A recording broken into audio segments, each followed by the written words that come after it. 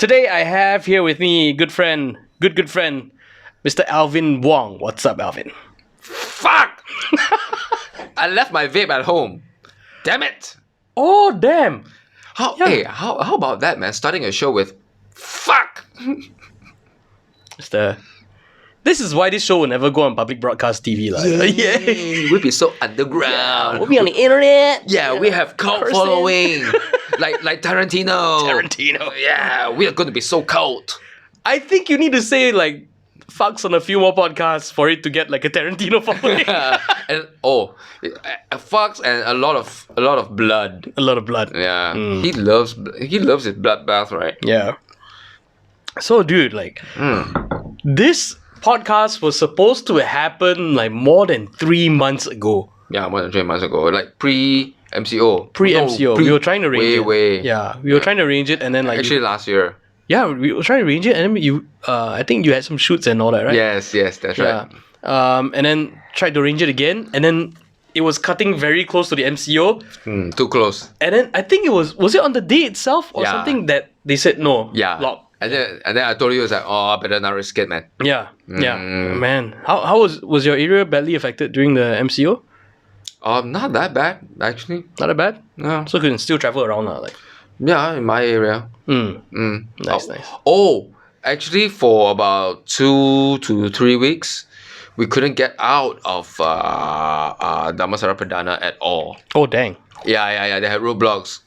So I had to cheat my way around, uncharted territories. Wow. To get past that. Yeah. Make it sound like quite an adventure. Like man. a Nathan Drake. Yeah, just to tapao, Indiana Jones. All the Indiana Jones activity just to tapao. Indiana Jones and the Temple of Chasiu. Yeah, I just needed my zappan. The Zapan. Oh my gosh. But yeah, okay, like for people who don't know, you are an actor by trade. Right? Dude, you are one of my favorites. Wow, thanks. Yeah. To be fair, I don't know a lot of local actors. To begin with. But even then, whenever I watch your stuff or watch you perform, right, there's no question of whether wow, he's good for a local guy. No. That doesn't occur in my head. It's just oh damn, this guy is good. Wow, thanks, man. Yeah. So I've always appreciated your work. I think the first time I met you though was in a voiceover booth. Oh yeah? Yeah, I vividly remember it was at the old Wasp, which is now Maverick Studios. All right. Okay. Yeah, I went in, and they said, "Oh, you're going to be working with this guy, this other Chinese talent, Alvin." I was like, never hear before one. Yeah, I think we were doing. At that point, you didn't know I do VOs too. Yeah, at that point I didn't even know you. Yeah, I didn't even know you. And then I first met you, and then I was like, wow, this guy can really do it lah. And you were one of the few guys who was doing English and Mandarin. Mandarin, yeah. Yeah, and your Mandarin sounded Mandarin, and your English actually sounded English, which is very rare when it comes to the Mandarin talents. Wow. It's not dissing the Mandarin talents, but it is quite a common occurrence lah. Quite rare, fine. Yeah. And I remember your comedic timing, everything all was just your energy was it was so nice, I was like, wow, this is what I want to go for. So here's a trick. I always every time I go into a recording booth, right? To me it's like a playground. I have a lot of fun every time I go in there. So I guess it's without having any inhibitions. So I'm more like Okay, but you've done I obviously know you from voiceover work and also from on-screen acting. But have you done theater and all that before? I have. So theater was fun. I enjoy doing it. Is it very different the way you present yourself and all that? Because I know that not all actors can voice act. And vice versa. Not all voice actors can do stage or on-screen acting because it's very different disciplines. Yeah, right? So for you, you've actually done all. But without a doubt, voice is still one of the most important thing. Whether it's theater or screen, they are both still one of the most important thing. But how is because I mean sometimes, right? Okay, imagine you're an audience, right? let's just say you're at home doing something, your TV is on, okay, you're not looking at what's going on. Sometimes it's really the voice that draws you, like, who's that? Yeah. You know? Yeah, like you're folding your clothes, right? Something's on TV. Then after all the action sequence, bing, bang, bang, all the explosions, and then you hear, "Hey, what you doing?" Like, whoa, Yeah. you know? Yeah, that gets the attention. The voice is so important. Sylvester Stallone, right? Yeah. Even if you've never seen his face, even if it was just like a radio drama. Yeah. You're a disease, and I'm a cure. He's like, wow, he's a tough guy. He's got muscles. Yeah, he's got man. curls. Probably Italian. Yeah, and I watched Rocky when I was a really small boy, so I have no memories at all about what I watched as a kid. But I rewatched it a few years ago, the first Rocky, right? And I realized actually what a good actor Stallone really is. Or he wasn't even acting at all in the first Rocky. Yeah. He was very good. He was, and you know that whole thing, right? That he came up with the script and everything. Yeah. But like his condition to whoever bought the script was that he needed to like, be the lead, right? Yeah. Otherwise no go. He wouldn't sell Everyone it. was like, "Hey, who are you, lah?" You know, Yeah, what's this? So, dude, that is like, without a better description, those are just brass balls, lah. Yeah, man. Right, balls of Good thing steel, he right? held on to that, man. Good Yeah. thing he held on to that because after that his career just you don't see really much good performance from him anymore after that until I watched Copland. Okay. You remember Copland? No, I don't remember it. Oh my god, it was. Other than his first Rocky, right? Copland was really one of the most notable Stallone performances. He pretty much played a nobody, sort of a anti-hero, not the villain sort of anti-hero. His loser anti-hero. So yeah, Copland was really good, man. To see him play really vulnerable. I mean, even his physicality also says a lot of that. Yeah. It was a good performance, man. You gotta check it out, Copland. I remember Judge Dredd. Oh, cheesy, man. But I was like, Oh god. Yeah. Oh, cannot. but at the same time, I was like, okay, who else are you gonna get to play? Yeah lah. I mean, there's no. I guess there's no other way to play it. It's lah. kind of the role itself, right? Yeah. There's no other way to play Judge Dredd lah. I guess, but It's like the characters in Sin City, lah. yeah. No, Sin City is a bit different, isn't it? I don't know. The Sin City, like the characters, it's like they are so, not to say without depth, lah, but they kind of narrow in their scope individually. That like, you can't really imagine them being played any other way because it's so driven by the comic book. I know what you mean now. Yeah, exactly. Very, very comical and. So okay, like how is it different between acting on stage versus for screen, TV or movies, and also like when it comes to voice? I understand voice is very free lah, but what about the others? Okay, I may sound like I'm talking shit, but this is my own experience.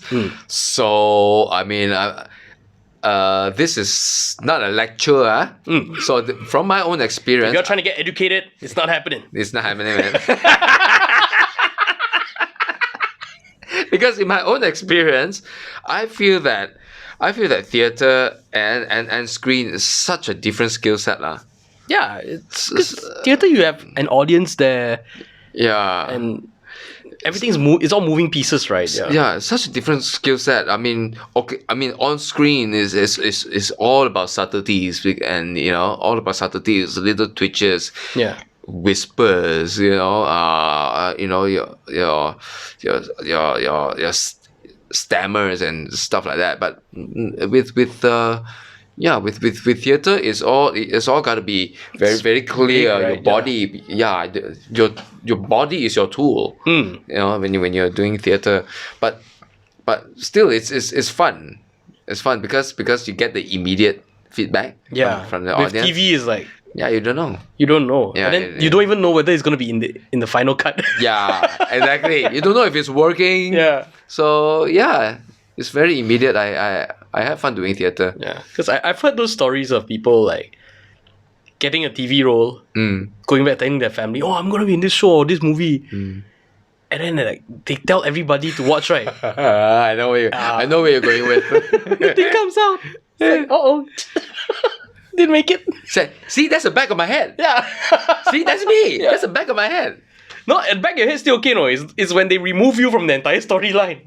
Oh boy, do I have a story for you. Okay. Okay. There was this gig, right? This particular movie. Okay. In the beginning, they were discussing with me about a character in the show, right? In the movie. So I was like, okay. I'm willing to do this for, let's just say, well, how much was it? Oh, for about 1,005. Okay. I appear for 1 or 2 scenes. Okay. I have quite a lot of dialogue.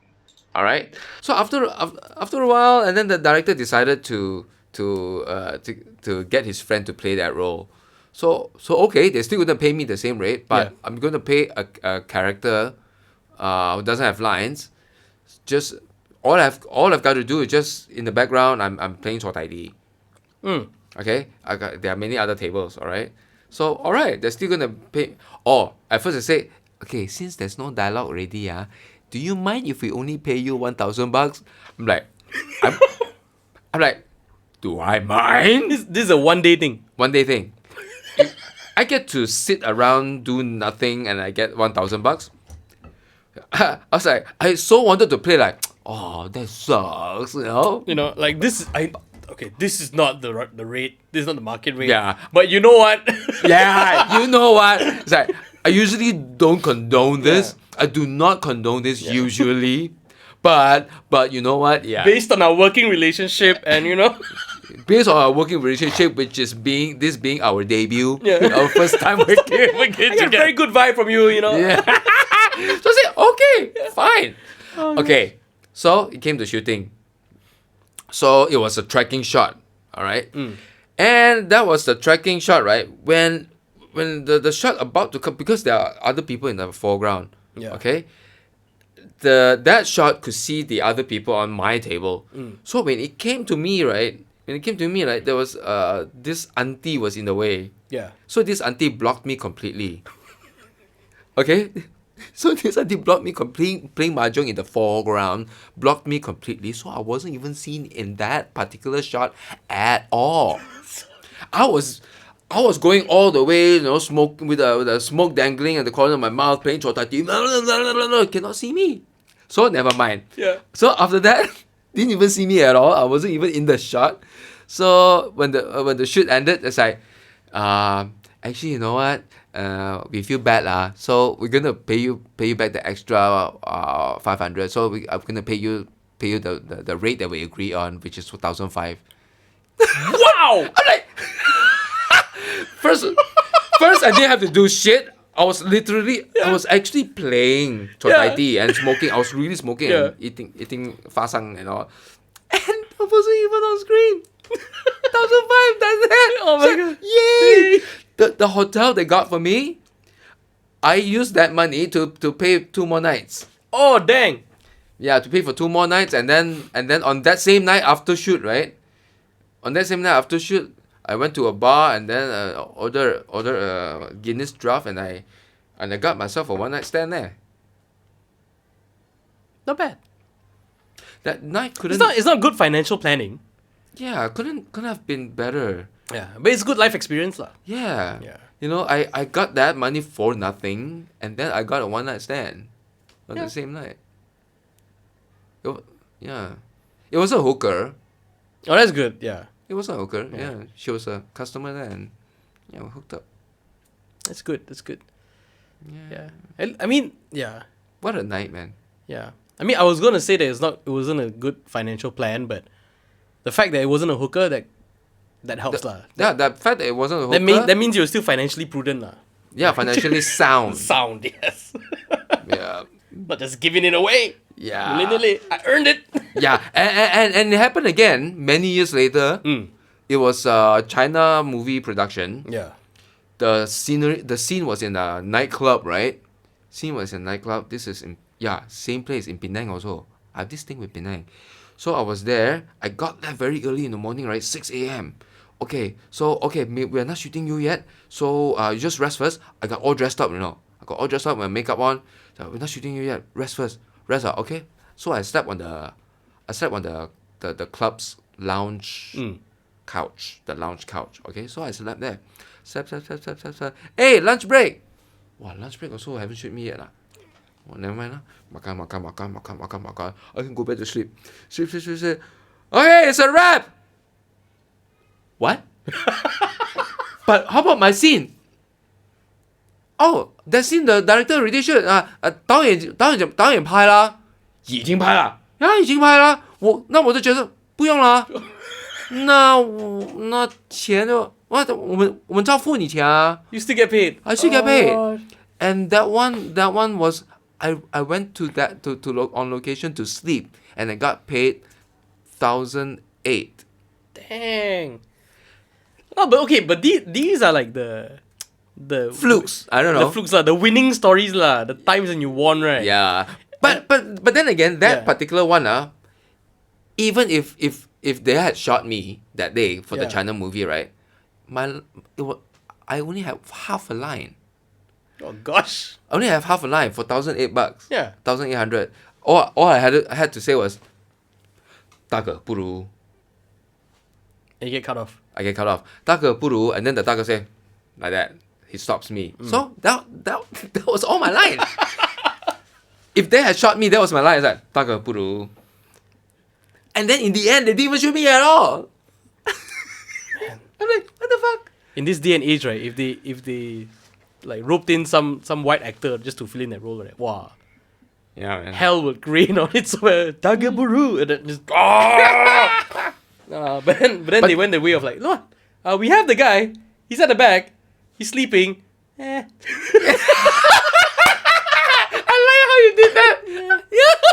I like how you did that. Yeah. I love how you did that. The sound guy is like, okay, easier lah. One less person to mic. yeah, exactly. But the downside this time around was I didn't get a one night stand. Okay lah, fair enough. That sucks. Yeah. I was so hoping for an encore. Is it a thing with you that whenever you feel like you got paid for nothing, that you feel that heaven should reward you with a one night stand as well? Yeah, because not doing anything and getting money was not worth. Enough. Since it spoiled me the first time, so I thought I could have an encore. Yeah, you know. Damn it. You're the guy that's gonna be like, one day you buy a lottery ticket, right? Yeah. And then you win the lottery. You win the lottery, and then you're like, yeah, I won the lottery, but you know what I regret? I didn't get a one night stand. Or I won the lottery. Does that mean I get a one night stand? Oh my gosh. Okay, like okay, those who have been like times where you were there and then like, okay, like you didn't have to do much, but then you got paid well, right? Yeah. But then like I'm sure, like, okay, a lot of people think, right, that when it comes to actors or entertainers or whatever, right, that we all get paid. They will hear stories like these. Oh, he was there, never do much, get paid also. You know, voice actor, something. Yeah, he go in like, wow, 2 words, 3 words also, he get paid like few $100. Oh, easy ma. But then like they never hear about the shit times. Yeah. Yeah, the times where we were like no, we were like used and abused beyond, you know. Yeah, used and abused and Yeah. Used and abused also never mind. At least you still get paid for being used and abused. It's when you don't even Yeah, you don't even get paid. don't even get paid, don't even get jobs. Yeah. Don't even get the chance to get used and abused. Yeah. That is actually scarier, man. You know, But- people like us. Yeah. You know, we what's the Chinese word for it? 手挺口挺 ah. Yeah, it's hand to mouth lah. Hand to mouth ah. Live hand to mouth. That's scary stuff, man. But you know what? You do know that I'm an accidental actor, right? No. I've never aspired to be an actor at all. So Never. then what were you before? I was gonna be okay. I was before the 97, 98 economy crash. Remember 97, 98? I was a graphic designer. Okay. And I was aspiring. I thought I was en route to be an ad agency's creative director eventually, or executive creative director. You know, someone of Yasmin Ahmad's position. Your eye and mine will change the advertising world kind of thing. Yeah. But yeah, 97, 98 happened. So, and then 98 I joined a magazine called Men's Review. Mm-hmm. I was an editorial assistant, come house photographer, come music reviewer. I review pretty much only jazz and blues music lah, and R&B. You're deep into that stuff, man. Oh, I love that. I love that shit. Yeah. I love that shit. Some films. Yeah. And then I got retrenched again because of .com crash. Oh God. You remember the .com crash in 2001? 2000 or 2001? I just remember 2000 because I remember 2000, 99 to 2000. Everyone was like, oh, Y2K! Yeah. Microsoft forgot to fix the calendar, and then the world is gonna crash, and missiles are gonna get launched, spaceships are gonna fall from the sky, my and, it's all gonna happen at the stroke of midnight. So everybody was like, 10, 3, 2, 1. Nothing also. The numbers just jumped, and oh, it's fine. Nothing happened. Yeah. And then after that, the .com crashed. Yeah, the .com crashed. I still remember I think the sole survivor of that .com crash locally was Catcha.com. I think that was the sole survivor. I think the rest just died. Catcha.com, well, it got hit. I mean, Catcha was a casualty definitely, but it didn't die. It survived. Yeah. So yeah lah. And then I have to mention this. This acting thing started when Punky Take. I don't know if you know Punky Take or not. Yeah, I've bumped into it a few times before. Yeah. When Punky Take was supposed to do a Pizza Hut ad, but because he did McDonald's, he couldn't do Pizza Hut. So they told him, okay, look for a replacement, someone who looks like you. So he called me, and he was like, I look like you just because we're both Hainanese? It's like they don't even know. They just want generic Chinese guy. Yeah. I mean, he called me. It's like he chose me. Yeah. Punky Tay chose me. It's like, is it because we're Hainanese? We look the same? No. And then he proposed me, and then the clients liked me. So I thought, okay, that got the ball rolling. Yeah. And then there was again, it was Punky Tay. He was supposed to have like a guest appearance on this drama directed by Ng Peng Ho called Getting Together. Again, he couldn't do it because he had a photography assignment in Hong Kong. I still remember he had to go to Hong Kong for the photography assignment. So again, he got me to replace him. And then the ball started rolling from there. And then I thought, wow. Even at that time, being a newbie, I thought this is like a hand-to-mouth thing. Yeah. It's going to be a risk. Do I want to go on, be an actor? And then I thought, well, I guess that's the price I gotta pay then, because I'm actually enjoying this. But you enjoyed it that much that it was consideration to do this for the long term. I guess I've been in denial for a long time, because ever since I was a kid, I was never afraid of the camera. Okay. I still remember my third uncle's wedding, right? They had a videographer. I couldn't leave him alone. I just couldn't leave that videographer alone, okay? Wherever he goes, I'm with him. I always go in front of the camera, do a lot of stupid shit, monkey around, right? I have no fear at all. I'm totally fearless. And even when I was a graphic designer, when I was an editorial assistant, when I was a house photographer, when I was a media executive, what do I do as media executive? I churn out press releases and press invites. But I've had a lot of my colleagues from different fields telling me that, hey, the way you are, well, you should be an actor lah. Go and act lah. Yeah. You know what I always tell them? That, come on, this face, actor, don't be stupid lah. Yeah. This face, where can be actor one? And and it just happened. Yeah. No one's ever told me to go and act. Even though I had this face excuse in the back, but No, you should. I don't know. Like, You already got the voice down, man. yeah. You got half the work down Yeah. already. Then I guess I got so desperate I started my own videos lah. So Maybe is it maybe because you're neither here nor there what do you mean? in industry wise, because dude, I've known you for so long. I only just found out that you speak such good Mandarin. Actually, my Mandarin is very 6:30 one. I mean, okay, for voiceovers it's very 6:30. In day-to-day conversation, yes, I can hold a Day to day, conversation. yeah lah. I mean, SVO different thing lah. But acting can already. You're qualified to act already. I know, Your but- Mandarin. But the voiceover like thing has kind of spoiled me lah.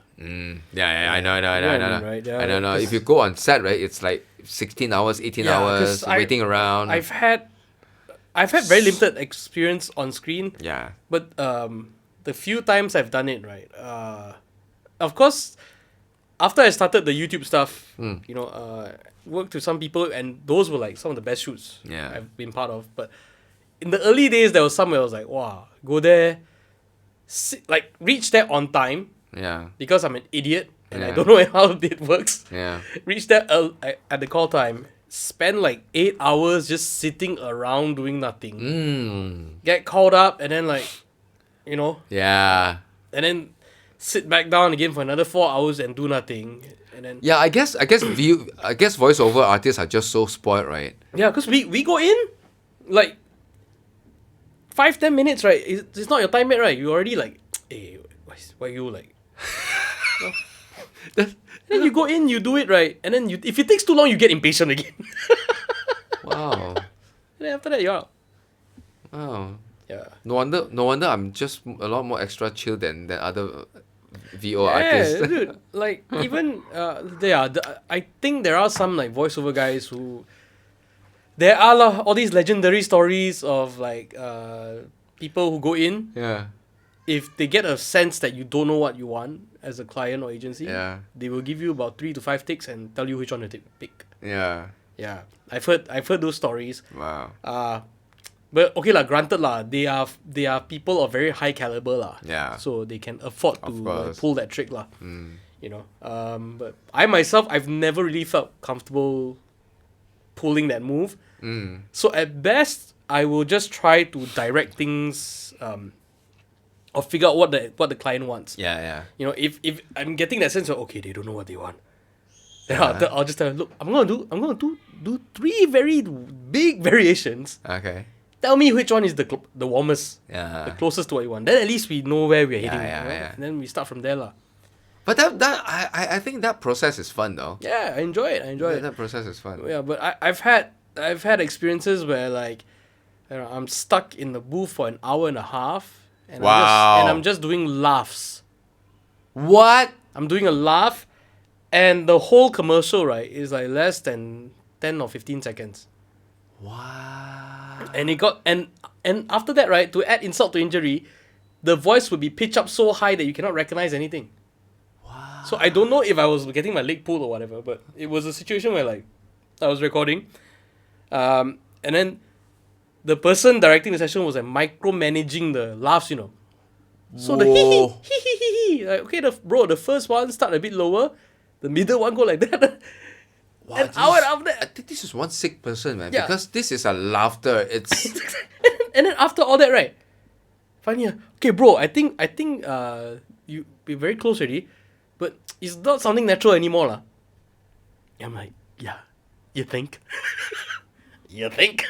After you manufactured all the curves and intonation that guy is a director. I don't think it's like a director lah. Probably just an agency guy or something like that. Fuck. If I'm the director or producer, I would have fucked him up, man. Yeah, I know.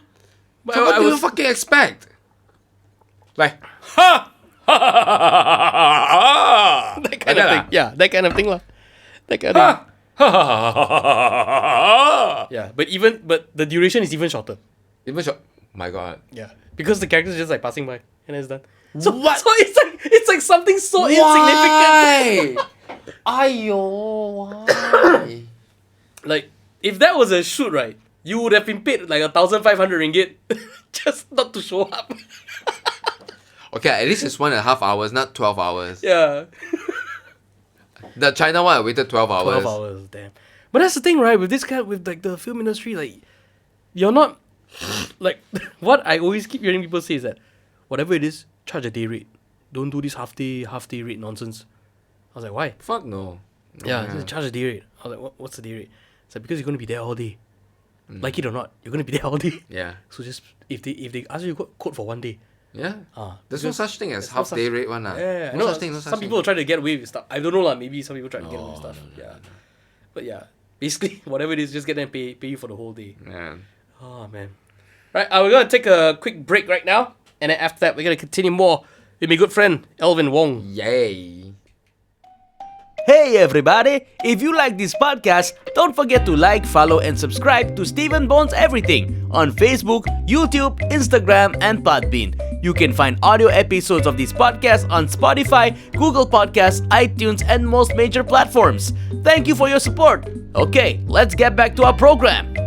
And we're back for part 2. Fuck! Continuity, that's what they call it.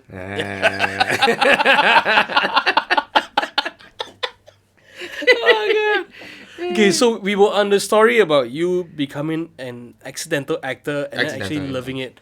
Dude, how long have you been in it already? How many years? My God. 19 as of this year. 19. Dang. Yeah, man. Now I can be labeled veteran. But where did you get your... Because, okay, I really enjoy it when you do the comedic roles. Yeah, I love them. Yeah, because I love you deliver a very physical style of comedy that I think very few people can achieve. Yeah. Closest I've seen to, like, especially the facial expressions and stuff, right? Probably Jiho. Oh, Jiho is definitely... The first time I see Jiho, straight away I think, ping, Mang Tat. He looks so much like Mang Tat. He's like the young Mang Tat, no? Or slightly better looking Mang Tat. Yeah, but you yourself also, I'm like, damn man, you are one of those guys who can just like still shot of a camera at your face and like no words, nothing, just eyebrows and you can tell a story. Thanks, That man. kind of thing, yeah. That's a lot. Yeah. But I guess it came from there. Like I said just now, I couldn't leave the videographer alone. I memang like a lot. I have a lot of stupid, dumb, inane tricks up my sleeve. I would do. Yeah, as a kid, I was like that. Right. So strange. So I guess growing up, I guess I've been putting that in the box for a long time. Even when my colleagues told me that you should be an actor, I just said nah. But like growing up, were you like the popular kid or were just average or Dude, I was a class clown. class clown? Okay. Yeah, man. Primary, secondary, I was a class clown. Okay. But I stopped being a class clown in there was 1 year I stopped being a class clown because only in primary school it was a co-ed. There was one particular year I stopped being a class clown because I fell in love with this classmate of mine. Wait, this was in co-ed, right? Or was Co-ed, it- primary okay, school, okay. standard 6. I was But- 12. Just want to be clear in case it was like a boys' school. Yeah. Oh. I did say co-ed just now, right? Okay. Yeah. So I thought, hey, I want to, keep a good image, kind of tone it down a lot because of her. Yeah. I never got anywhere. Hey, you didn't get paid too. Yeah. Damn it. Oh man.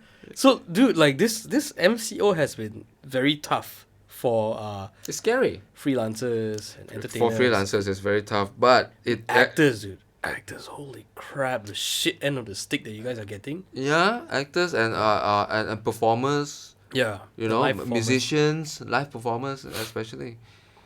Yeah, man, it has been tough. But it actually took this MCO to realize that I'm actually quite an introvert. That's good. Yeah, I actually enjoyed it, Yeah. I enjoyed just staying at home, binging, and that's all. I only go out to Tapao, just stay home and binge and binge Dude. and binge and binge. Can I tell you What? that is actually like my dream life. Right? Yeah. I wouldn't mind. No, what scares me is that I wouldn't mind keep doing this, Right? Yeah. You know? That is scary. I totally understand. It scares me that I can just keep on doing this for the rest of my It life. scares you, but you're like, but I will truly enjoy it. Yeah. I don't see how I will suffer. I understand how I will suffer in terms of a society standpoint. Yeah. But on a personal level, like, no, I don't feel I'm giving up anything. Yeah, I know the society may suffer without my loan contribution. Yeah. You know? But yeah, I wouldn't mind this as my retirement life. Yeah. This is like okay, this MCO is like a preview to my a trailer. Yeah. You know, a sneak peek into my retirement life. I liked it. You as well. Yeah. No, okay, dude. I know I will love it. All right. Yeah. The problem is I cannot have it anymore. Well, I got like family and all this kind of stuff. win right? the bread. Yeah, I know. Yeah. I know. And so like this MCO, right? Within like the first 3 weeks or so, I burnt out. Burnt out on I what? burnt out, like mentally burnt out. Cannot function. And I couldn't figure out why. And then I realized that. People only get burnt out when they are constantly working and no Yeah, rest. exactly. So I was wondering why I got burnt out, right? And it turns out that I was doing a lot of live streams. Oh. And then I was like stuck at home with the family 24 hours a day. Oh. So like I took a hard look at myself, right? I was like, oh my gosh, this is the first time in my life for such a long stretch I've socialized like this much without any like proper isolation time. Oh. Because even like usual days, right? Like at least like at the very least I'll have like the drive home. Yeah. Or the drive out to work. Oh, or, yeah. shuffling around the Yeah. Oh, when you say social life, you mean online talking to people on live streams. Oh. Or like talking to the kids. Oh my god, I can so imagine how draining that is. Yeah. And like I didn't realize it because like you thought you're just like okay, being productive, engage. And after a while, like okay, why do I feel like I want to kill myself? But what do you think? I recently heard someone say the real definition of all difference between extrovert and introvert is the fact that it's not that introverts hate crowds or hate people. No, Yeah. it's because introverts gets drained out in the in social settings after social activities. Extroverts don't. Extroverts They get recharged. they get charged. It's empowering for extroverts Yeah. to be among people. What do you think of that I difference? think that is very true because like It is? like Chuck on he's told me before that he's like straight up extrovert, so he enjoys like hanging out with people and all that. Yeah. Fuels him. Like for me, right, it's the complete opposite. Like people tell me that hey, no what, you seem very sociable. You're always like chirpy with when you're at work and all this kind of stuff. Yeah. Some more you're an entertainer. You perform live. Yeah. I was like yes, but the moment I step out, right, I'm like Drain, right? the world can go to hell. Burn, go away. Like so I'm like Wow. You're like freaking Louis Black, man. I know. Get away from me. I'm just an old Jewish guy trying to like Yeah. have his alone time. Steven, what the fuck you want now? No, because like honestly, for me, right, in order to like really decompress, in my own home, I need the whole family out of the house for minimum a few days. The longer, the better. Oh. And I am completely fine without like my wife would message me every now and then, like if she goes back, like, bring the kids to the hometown or whatever, right? Message me, oh, do you miss us or whatever? I don't reply. I'm not trying to be mean. Yeah, I know what you mean. I'm like, if I miss you, if I didn't miss you, or I really didn't like you, I would have filed divorce papers or whatever. But I don't. So I'm committed lah. I still love you, but I'm like I don't want to express anything. I don't want to talk. I don't want to deal with anyone right now. Yeah. So same thing. When I go into those periods, the only human contact I will ever have is probably like when I go. I won't even bother to go and tap out the kopitiam or whatever sometimes, because even that is like, I'll just do like McD drive-through. Wow. Like I minimize human contact to that extent. Wow. Yeah. Like, there's no chance for you to even ask me, how are you today? Like, what's So in the period that you're decompressing, it's like, what's this emotion? pretty much, like, What's this? yeah. It's just that, but there is a very big sense of freedom for me.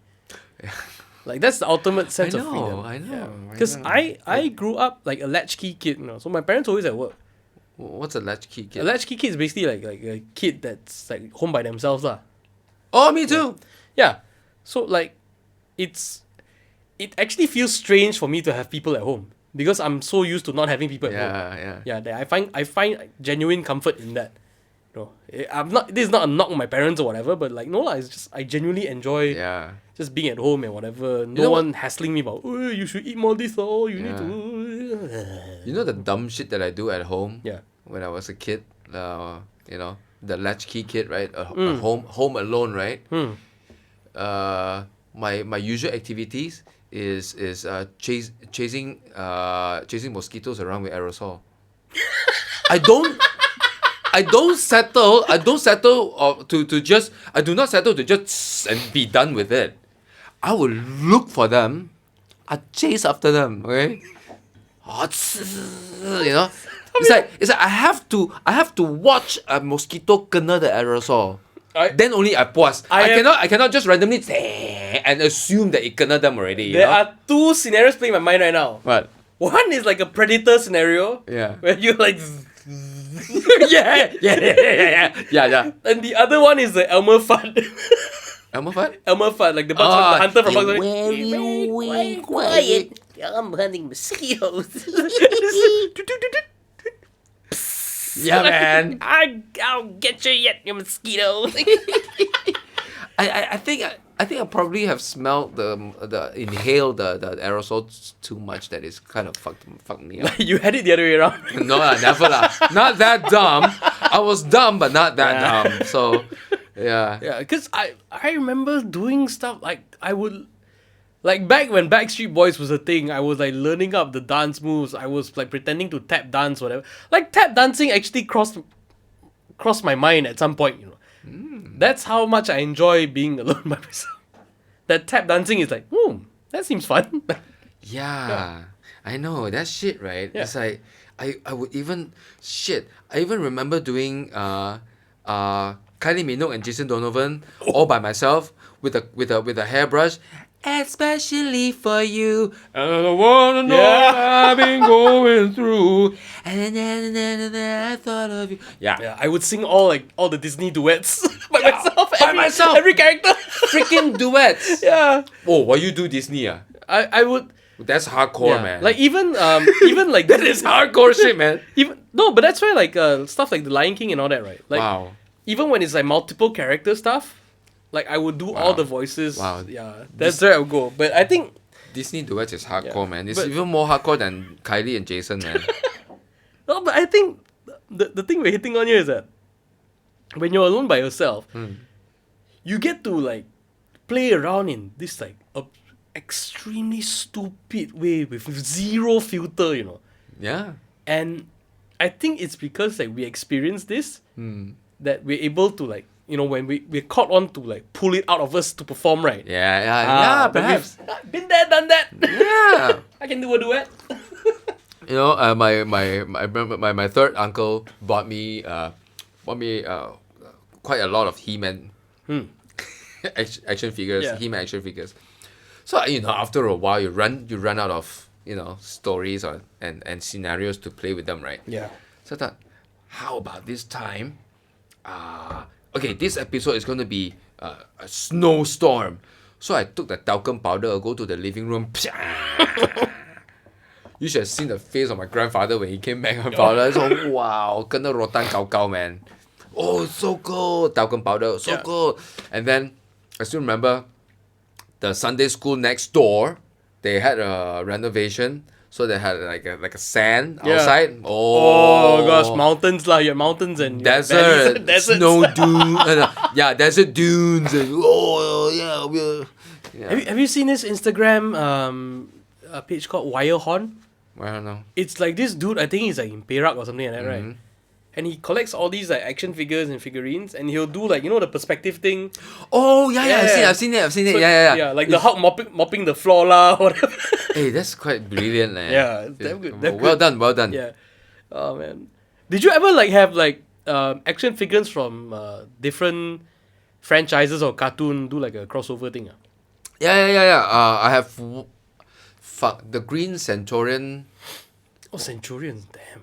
I only have one. The Centurions green are the ones with the whole one, right? Yeah. What was the green one again? I had the green one, the mustache fella. Yeah, my brother had the blue one. Oh, the blue one is definitely. Oh wait, that could be air or water, right? I have no idea. Yeah. I think air could. He had wings. Like some jet. I think so. Oh, you know what? I used to have Han Solo and Skywalker, right, in the 80s. In the 1980s, Han Solo and Skywalker, and Skywalker was in the snow gear. Oh damn. Quite rare, right? Yeah. My grandfather threw it away. Can you imagine I were to eBay that shit today? From the 80s, you know? Yeah. Fuck. You eBay that shit and then you get a one night stand.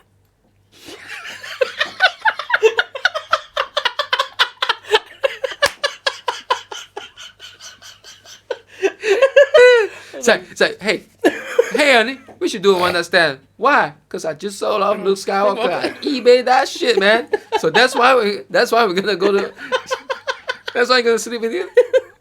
It's time for you to experience the Force. You hold me lightsaber. Oh man. Hey, what stupid accent is that? Your lightsaber. Oh, You hold me your lightsaber. lightsaber. Would you like to fiddle around with me fiddle?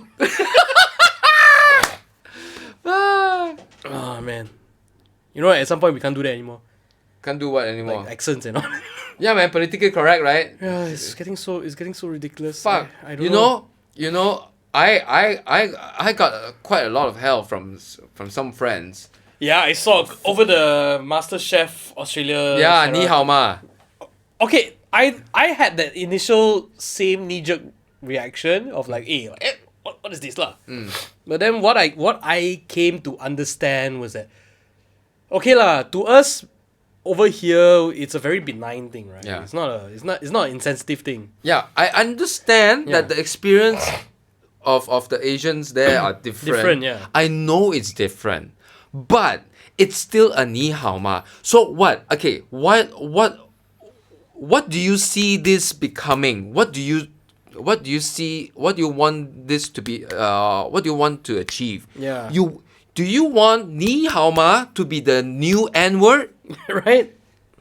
You see what I'm getting Yeah. at, right? Yeah. Because it is still a ni hao ma. What can you do? Okay, can you imagine a panel of jury? You're telling the jury, right? He said ni hao ma in a very malicious way. You didn't see his face, but this is what he did. Ni hao ma. What the jury going to think? Because it's a ni hao ma. Exactly. Because that, yeah, without a doubt, that man was just being racist, whatever. But he didn't say shit like, yeah, hey, you fucking Chinese, go back to China. Yeah. He didn't say that. No, and You cannot hold. It's a very weak thing to hang on to, yeah. To hang on to. And and there's also that factor, right, of like, okay, she was offended by it, and we can pull up all the historical context and all, but like, what was that guy's intention? You know, if it wasn't like if there was no ill will behind it, yeah. then I'm like, okay lah, but But even yeah. with ill will, what can you do about it? Even with ill will, Yeah. say ni hao ma, it is still a ni hao ma. Because there is nothing you can. It's impenetrable or not. Even Yeah. if it was an ill-willed ni hao ma, it's impenetrable. What can you say to that? Yeah. Because he didn't say you stupid Chinese. yeah, it's just, how are you? You stupid Chinese Whoa. pig. Yeah, you say ni hao ma. Yeah, ni hao ma. No. Ni hao ma. No. You listen. Ni hao ma. What the fuck? You know, And so strange. But that's Australia for you, because I've been told that Australia, like, they're like more PC than most people are Yeah. used to. So I've resigned. I like seeing the arguments from whatever, right? The only way I can like walk away from this and not be like overly bugged by it is to kind of just say, you know what, fine. If there are people who can accept that kind of retaliation from her, you know, and they've been in Australia and they live there and all that. Yeah. I'm like, okay, fine. Like I will just leave it at a point where, like, you know what, this is an Australian thing. I will leave it there. But if this stuff comes over here, if someone comes over here and say, hey, you know, the other day this like Indian guy said ni hao ma to my face, you know. So, right? Exactly. Yeah, but over there, I'm like, okay, fine, maybe lah. It's been like some traumatic thing. So whatever it is, like I will never be able to fully understand it because I'm not there, right? And you guys will forever see that, hey, because you're not here, you don't understand. Yeah. Kind of thing. Yeah. They constantly harping on that. You're not here, you wouldn't understand. Yeah. But if a guy or whatever lah, if a person if a white person comes to me and say ni hao ma in the most racist way lah, I would just fucking laugh. Yeah. Because he say ni hao ma. Right. There's nothing. It's like he might as well say, okay, let's just how about Yeah. 我爱你，我爱你啊！No, you no，我爱你。 What's that, white boy? You see the problem with that or not? Yeah. You see what's problematic with that or not? Yeah. You want 我爱你 or 你好吗 to be the new N word, is it? Yeah. Is this what you people want? What are we teaching the kids? What are we're teaching the I don't know the I don't know. the Aussie, we're teaching the Aussie white kids Yeah. that never say ni hao ma to Asian people. It's Right. the N word. It's the N word of Asian. No, that's stupid. That is so stupid. And okay, they say we never understand and we never get the experiences of That the they Asians experience that, that yeah. experience that. So fine. Fuck.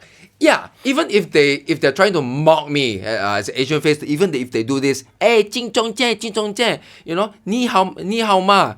If somebody actually say 你好嘛 in the racist way, right? Yeah. Fuck. If that guy was white, I would just fucking turn around and say, top of the morning to ya. Yeah. You know? And you know what? We might end up becoming friends. Yeah. It's equally dumb. It's equally dumb. We may never know. If someone just having a jest, right? Having a jest, you know, like, hey, 你好嘛, top of the morning to ya. Yeah. Then, hey, he laughed, I laugh, and then, hey, where you from? And we might become friends, dude. I don't know. And So it's- why always fight? Why Yeah. are we constantly on knee jerk? I think this. We're always looking for the offense to take offense, right? Yeah, that's the thing, you know, because why my issue? Okay, actually, my real big issue with it, is more big picture than this, because if we keep on encourage this easily triggered behavior, right? Yeah. It's only a matter of time that someone's going to get killed over fighting over parking space. Yeah.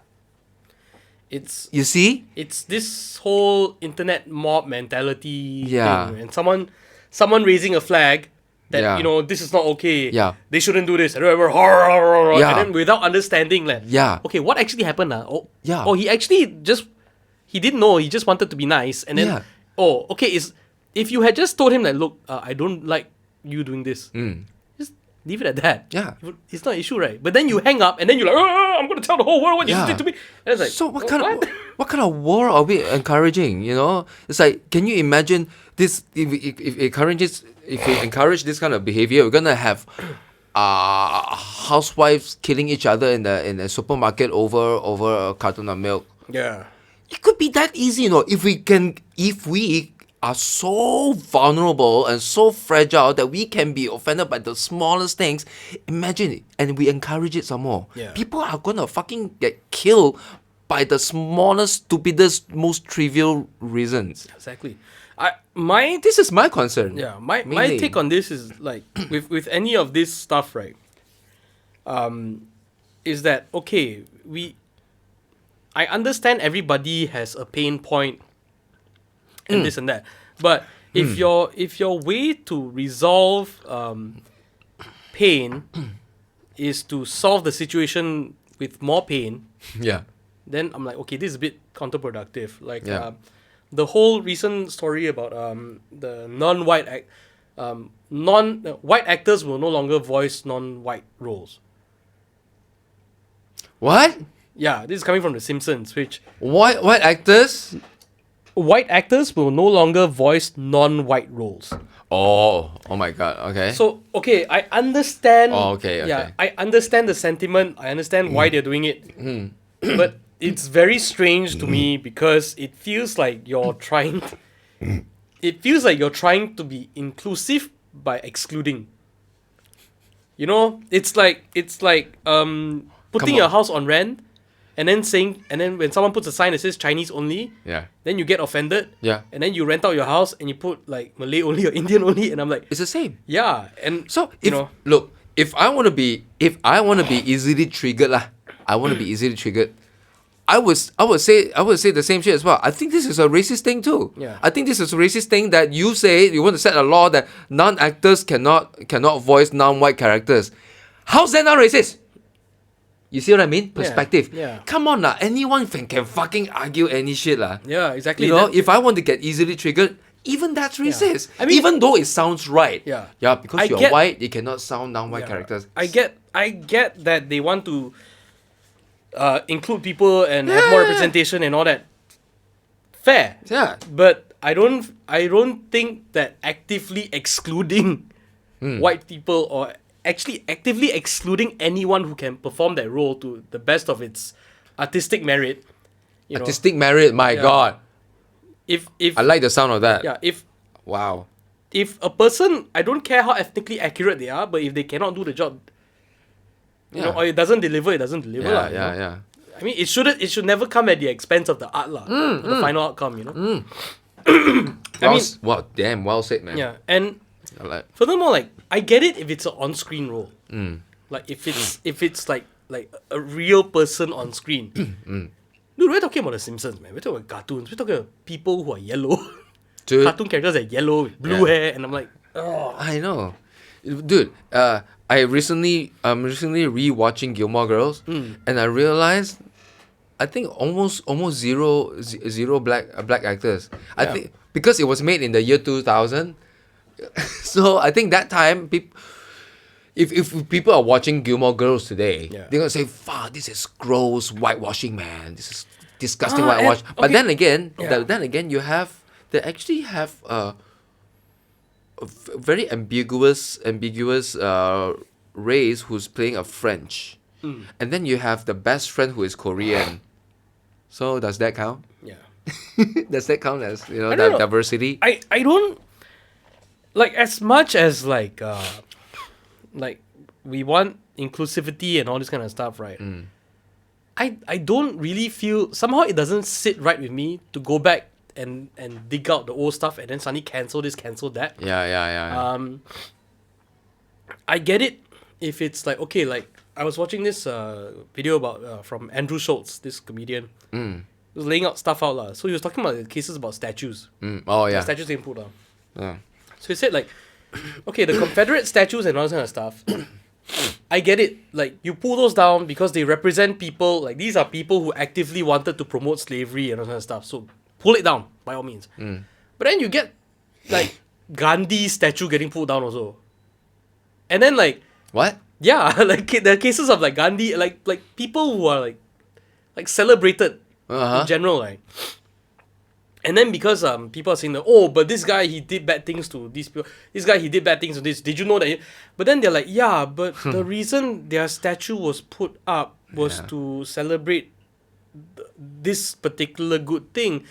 If we're gonna apply, the standards now to everybody in the past, then you yourself need to be ready for that to happen to you like 20, 30 years down the road. Yeah. You know, so I don't know, man. Like, it's this thing about like The whole argument about history is written by Victorious, it's- but I don't think that you know, I don't think it's like fair to go back in time and then establish the current moral bar to it, you know.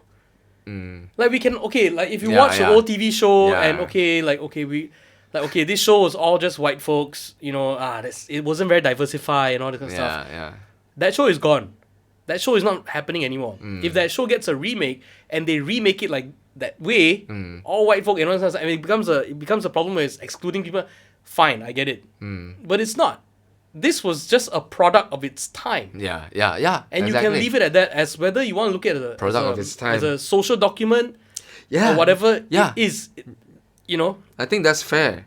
Yeah, and then moving forward, then you start doing stuff that's inclusive lah. I mean, we had female Ghostbusters. For Yeah. better or worse, I don't know, Yeah. but it was trying for something, but yeah. And then now even like cartoons and all that, right?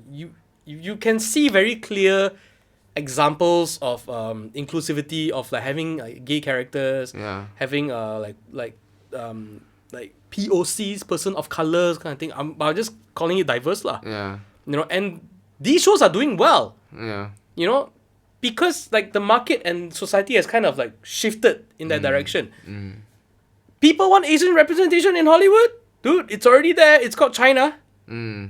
right? Yeah. And you think what all these blockbuster movies that like don't seem to do well in the States, but they're still making it, like Gemini Man, confirm flop everywhere, right? Yeah. Dude, that was Chinese money, man. Yeah. That's Chinese people paying for Will Smith, yo. Yeah. Yeah, 2 of Will Smith. So no matter, like, things will start to shift, but it's not, it will take time. It will take time. It's a slow battle. So I don't think it's fair for people to always reach out for that knee-jerk, because that's very detrimental, But It is very detrimental. The knee-jerk reaction is because it's. I think in this day and age, right, people are on an emotion high. People are emotions are high. Yeah. Anything that can just trigger boom. But I think people with this this sort of scenario, everybody in that sort of mental state, right? I think people have failed to become more pragmatic minded, because I think in this day and age, pragmatism is so important right now, and it's what the whole world is lacking right now. Serious lack of pragmatism. Yeah. Because everything is emotion now. You look at the internet, emotion. Everyone's, It's like a cycle of shit that never ends, lah. yeah. It just perpetuates itself. Yeah. It's scary, dude. Honestly, it's scary, and Yeah, it's scary, and I don't know. Okay, I don't know how true this is, but I actually saw I saw a YouTuber from China actually said that this whole Black Lives Matter thing currently right now, that they have turned George Floyd into a martyr, even heroic. But this China YouTuber actually said that his criminal record is actually quite extensive. that one, I don't know. Yeah. I don't know. That was what the China YouTuber said. That one is up for argument, because Up for argument, the cop himself had received like numerous complaints about that. The cop that was the Oh, really? knee. And people are saying that, look, no matter how you slice it, right? He still killed him. Yes. Yeah. This guy lost his life. Yeah. and- This guy lost his life. And over something that, like, that instance, right? Yeah. That instance of the alleged crime, right? Yeah. Was a $20 note. My A God. $20 potentially counterfeit note. Yeah. So that's not Yeah. in no scale, right? No. Should a person like die for that? Not for anything, lah. Seriously. Yeah. So But- that is just like, I don't know, lah. But- It was a powder keg, dude. Yeah. From from all this time, with all the incidents and all this kind of stuff, because, dude, I started like picking up clips from the Daily Show, Yeah. Jon Stewart, Yeah. 5 years ago. Same story, just different people. Yeah. Exact same story. If that police officer had been that Asian police officer next to him, how would that have played out? I think it would. I think it didn't matter. I think it wouldn't How, matter how would because that? Because it's Asian. because it's not just It's it's cops. not just a white on black thing anymore. It's Yeah, a cops already. It's a cops. It's Yeah. a cops already. Yeah, man. But yeah, it's I don't know. I mean, yes, it's this is really tragic that he died in that sort of unexpected circumstance. yeah. But I think what the China YouTuber point of concern was making someone like that a martyr, a hero. That can be problematic. But going back to that, right? Of like this is like the whole thing about the Gandhi statues. getting pulled down, yeah, you know? exactly. Like you can always dig up something wrong about someone, Yeah. but like why was in this case George Floyd like the hero he was or the martyr that he was.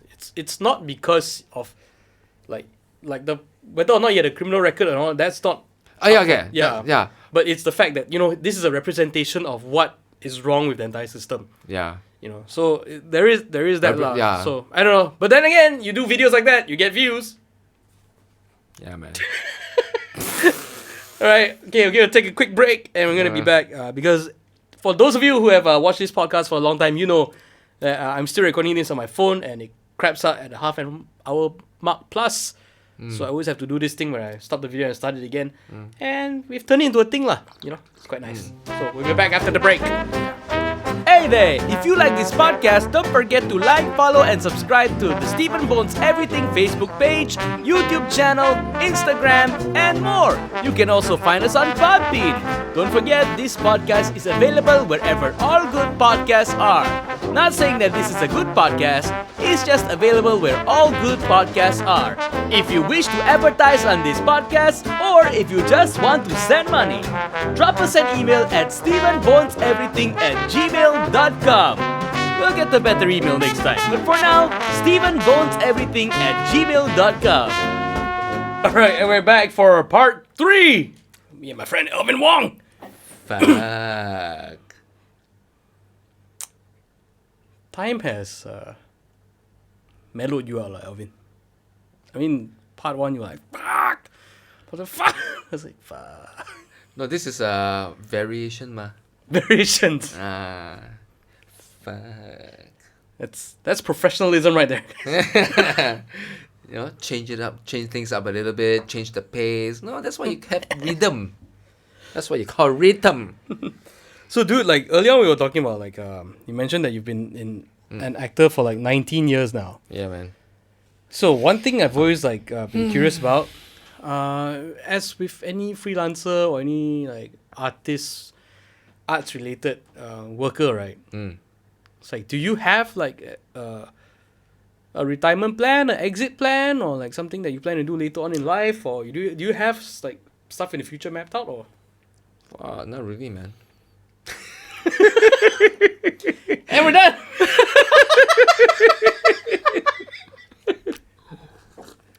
I don't know. Of course, I wish to be able to do this as long as I can, as long as I'm physically able and capable. But it's kind of tough here. Unlike Hollywood, right?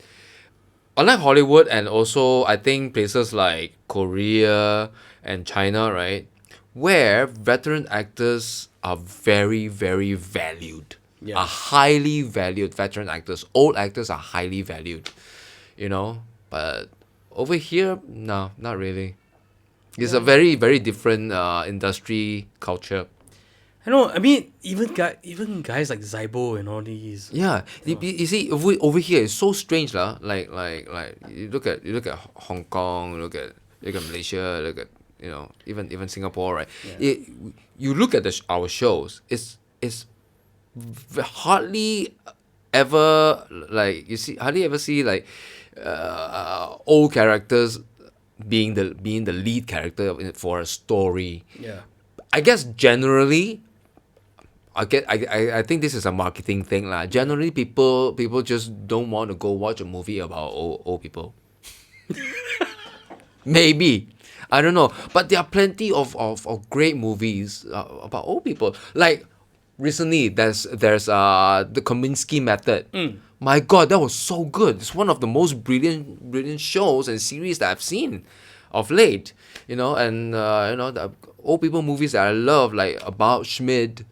Those are great stories. And even in China, right? One of their highest rated shows, it was the highest rated show of that year. All of the lead actors are above 40 years old. Yeah. The oldest one being 60 something. All the lead actors, all the most important roles. Dang. Yeah, we don't see that here. Right. So it's kind of tough. When I want to be able to do this as long as I can. Have you thought about like heading into other markets? Going overseas? Oh, it's tough, man. It's not as easy. Yeah. But it's just that I just which is why shelf life is so important. No, it's like, which is why aging is kind of scares me as an actor, especially in Malaysia. If I were to be in Korea or China or Hollywood, hey, I would relax, man. I probably age gracefully. I probably won't even have midlife crisis. I probably won't even try to maintain young. Try to maintain my youth. But over here, you have to, man. But it's a shame, right? Because like, veteran actors especially, they're kind of like gravitas and the weight they carry on screen. Oh shit! Oh gosh! Lately, I came across one veteran actor. Gosh, he's like God, man. He's godlike, man. Shit. Wow! Suddenly, his name just got lost. Yeah, you just call him godlike and then you don't remember his name. Yeah, right.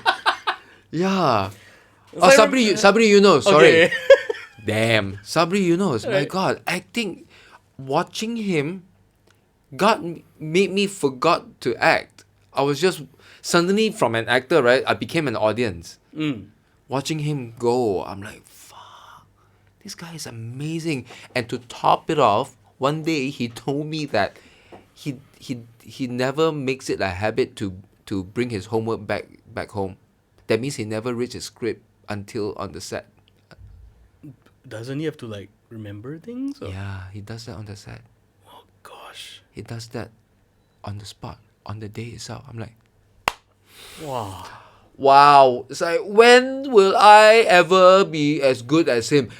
Nah, bad enough he does that, right? And then he delivers great work. Dang. Without even doing his homework. Yeah. I'm like, wow, how do you do that? Oh, Sabri Yunos. I'm like, I feel like a kindergarten kid. Can you imagine if that was the bar for talent? Like, Yeah. I'm like a kindergarten kid watching a pro, man. Yeah. Sabri Yunos, my God, unforgettable. And to top it off, he's a super nice guy.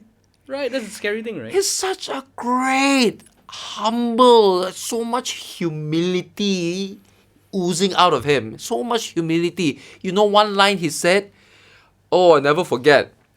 I don't know what I was talking to him about, and then he said one thing. Ya, tak ada benda macam watak kecil ke watak besar. Hanya jiwa je kecil atau besar. So no small or big roles, just a big heart. Ooh, I'm like, ooh. Wow. Yeah. But it says a lot, right? Words of a Yeah. master, man. It says a lot because, like, as of late, I have been like thinking about this. Wait. It's like when he said that, right? Yeah. It's like, Bang Sabri, can you call me grasshopper? If you wouldn't mind, panggil je aku grasshopper atau belalang. Can you teach me? And then after that, I will go have a one night stand. Okay, sorry, you were saying? No, but like it's like I remember watching this video about the Big Bang Theory. About like how the side characters like Howard and Kutrapali and all these, like they were supposed to be like very minor roles. That's why like the initial season 1 poster was just Penny, Leonard, and Sheldon. Oh yeah, ga. I didn't know that. That's what I found out from the Really? video. Yeah. So actually, the whole show was supposed to revolve around 3 people. Oh, Yeah. okay. So the So fact, significant. I couldn't tell that there were side casts at all. yeah. So No way. it reminded me of like situations where characters which were written as supporting or side characters, and we've all seen that, like those clips of either certain actors or certain roles where the role is very tiny, Yeah. but the amount of impact the actor made, Yeah. with Oh, that yeah. tiny role. Yeah. Like it leaves such a huge impression on people, and then like over time, right, that role gets bigger and bigger and bigger, and Yeah, it expand it, yeah. happens all the time. Yeah. I still remember Along Came Polly. Hank Azaria played a muscle French dude.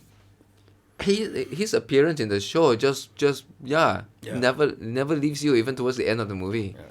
I remember watching a clip about the movie Cars. Oh, So Larry the Cable Guy's character, Mater, yeah, the redneck Mater, tow yeah, truck, right? Mater, That was supposed to be like a one-off. It was supposed to be a cameo. yeah, But then, like, when he went for the audition, I think the directors and producers were having such a hard time finding the right guy for the right voice for that truck. When they got him, they hired him. He did the recording session, and then after that they were like, okay, we need to like give this character more lines. Yeah, yeah. And it turned into just a iconic role. yeah, man. When, if in any other situation, it would have been just a boop. Oh, this redneck tow truck, and then just disappears and just a blip on the radar and done. Yeah. Most Most of the time, the sidekick actually gets to do the most fun stuff. Yeah. Usually, because when, especially when the main character is some kind of pseudo mother. Yeah, the straight-laced. Right. Yeah, That gets and then you look at the side character, especially when the sidekick is a bit like Kramer from Seinfeld, right? Then you get, wow, how do you forget this kind of character? So larger than life. Yeah, I like playing the side characters because there's a lot less weight on you. Yeah. There's And then you get so much freedom. there's so much freedom for you to just like mess around and Yeah. throw things out there and just like see what sticks and what doesn't. Yeah. it's- Yeah. Even at one point, I actually get quite sad when I play the lead, especially after. I mean, come on lah. Yeah. I mean, being in Malaysia, most of the lead roles are pretty boring. Yeah. It's always a side character. Yeah, side characters are fun. So yeah, I actually play the best friend of the lead actor. So I'm this quirky. The side character will always be quirky. The quirks will never be with the main guy. Dude, you just even Disney stuff like you look at Frozen. There you go. Like Elsa is a big role, yeah. right? So emotional, God. so much depth, so much backstory, Yes. and so much thinking, and So much work much went work, into right? it. Went to it. then you get Olaf and just Steal everything. And- just entire line of merchandise, just steal everything. dolls, everything done, the whole book. Oh god. Yeah. And then in the next movie, they expand your roles. And I have to say that Olaf performance was quite poor, I think. I know, to me. That voice actor Josh Gad. I didn't like his I first heard of him from the Book of Mormon. the book of what? The Book of Mormon. Mormon, okay. So it's the guys from South Park, Matt Stone and Trey Parker. yeah. Oh yeah. So they made this like Broadway musical, right? The Book of Mormon. So Josh Gad was casted as one of the original characters.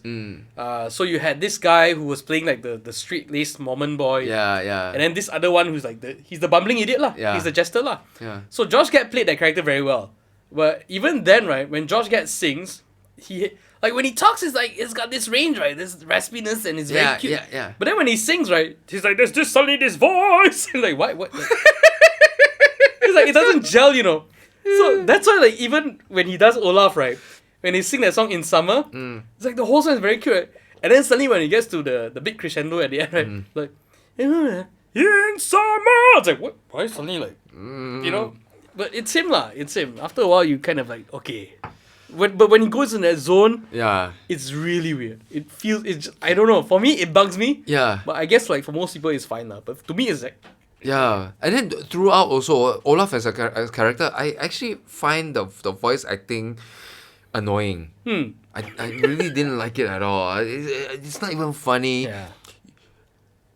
I don't know why. Straight away, I imagine someone else's voice as Olaf. Without even trying to be intentionally funny, right? Yeah. He'll be good enough. what's his name? One of Josh Rogan's best friends. Josh. Joe Rogan. Joe Rogan. No, Seth Rogan's. Seth Rogen's One of Seth Rogan's best friends. James Franco. He's the voice for How to Train Your Dragon. That skinny guy. Gosh, I don't remember. I like his voice acting. Yeah. That awkward, Yeah. Yeah. Actually, the Olaf voice, yeah. I can imagine a few other people doing it, yeah. I can also feel that Olaf voice performance was. I could feel so clearly that it tries too hard. Yeah, right. I think it's trying to... It tries damn hard. Yeah. Tries too hard. I could feel it. You can feel it. Yeah. Okay.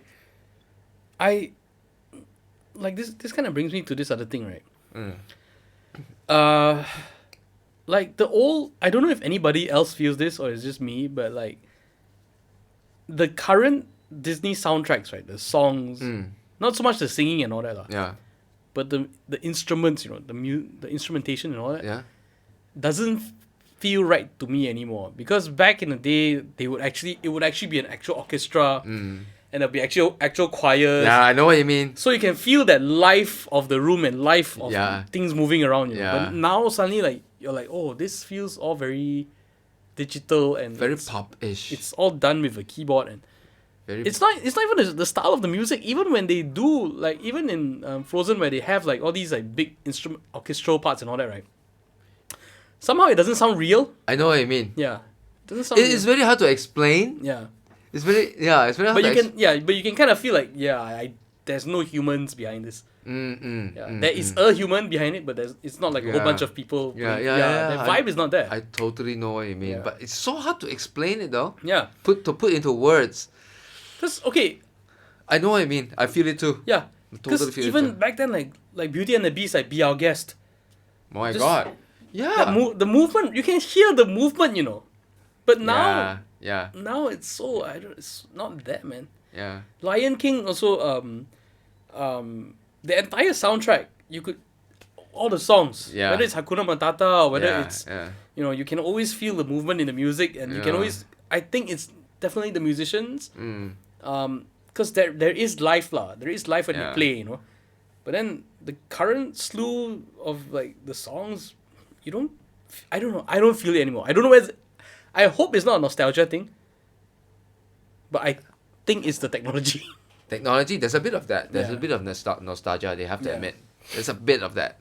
Yeah, because I don't get that problem with Family Guy, and Family Guy, based on what I know, they use like an actual orchestra. Yeah, so Family Guy, the theme song and all that, you can feel it's. Yeah. You can hear it lah. Oh yeah, I think the closest thing to describe it is it's a lot more artificial now. Yeah, it does feel a lot more artificial. A lot more artificial now. Mm. Yeah, that's the closest thing That's to the closest describe thing, it. right? Yeah. Yeah. I don't know. And even back then, like, maybe it's me being a voice actor that's why I feel like in the last decade or so, a lot of all these like big voice roles have been given to just like famous people Yeah. for the sake of them being famous and being able to put seats. Yeah. And, but back then it didn't feel that way lah. I don't know whether it's because I didn't know those actors, or whether it was because like really back then it was really about just delivering the best version of the character, and that's it. I don't know if that's the case now, but man, stuff like Will Smith playing the genie from Aladdin. Oh my god. And what Ian McGregor Fuck, playing cannot lah. Luminaire in the candle in Beauty and the Beast. No. I was like, oh. That was sorry ass casting, man. Honestly, I'm like, look, you want these Big very names. heavyweight roles, right? Doesn't suit. You see, No, it doesn't suit is one thing, no. But if it doesn't suit you, you have to take it in a very separate direction. I think there is zero integrity in casting. That's true. Zero integrity in casting because, damn, you know who straight away I thought of who have done a great job being the genie, to even be as close to Robin Williams' version. Jay Farrell. Yeah. Jay Farrell would have done a freaking great job, man. He would have bombed. You know who I suddenly want to see as the genie? What? Will Ferrell. like it will not be the Robin Williams genie, Yeah. but it will also be interesting because it's not gonna be the Robin Williams genie. Yeah, I know It's what you gonna be mean. this other weird ass genie. I love Will Ferrell, Yeah. but only so much. I love him. I really love him. Yeah. But I hated his Sherlock Holmes. I hated his Sherlock and Watson, man. Oh yeah. Holmes and Watson. I think so. That was so bad. yeah. I don't know. Like God awful. I do wonder whether he's like in this league now where like it's truly like a league of his own. Yeah. So he just does him. How about Steve Carell? No. I've Steve never- Carell is genie. I've never been a Steve Carell Yeah. fan. But Jay Farrell would have. Jay Farrell, yeah. Jay Farrell would have, because when it comes to impressions, Jay Farrell could do anything, man. Mm. He could do the black and white people. Yeah. Robin Williams. Damn, huh? Guy was insane. That's a once in a century sort of genius, man. Yeah, right. Once in a century. Like nothing comes close, you know. No, man. Yeah. No, man. No, he's so fast. Right. He's so damn fast, the fucker. And you talk about like most people we talk about who are fast, they're like 2 steps ahead of you. Mm. This guy was like 10 steps. like Fuck. yeah, he was already like he's crossing the finish line just when you're about to start. You know, Yeah, that kind of yeah. shit. Yeah, it's brilliant. Yeah, but like recently I've been talking to people and I recalled this thing that made a very big impact on me. And it was from Robin Williams. Mm. It was from the movie Patch Adams. Mm. So he played this doctor, and then there was this other like scientist or mathematician dude in this ward lah. Mm. I think it was like the mental ward or something like that. Mm. Everyone thought he was crazy because he would keep going up to people and say like ask them to raise up their hands and then say how many fingers do you see? And they were like 4 lah, or 5 depending, right? Whatever. Mm. And then he would just say idiot, you don't get it, and then he just walks out. Everyone just thinks it's crazy lah. Mm. But then Patch Adams decided he was like, okay, there's something more to this guy. Mm. So went into his room one day and then it's that genius thing lah. But you ask him a simple question and he'll reply you with like a super convoluted answer. Mm. And then what happened was that Robin Williams' character saw that this guy's cup was leaking. It's a paper cup. So he just took a sticker from I don't know, like a pen or I don't know what. Just patched it lah. Mm.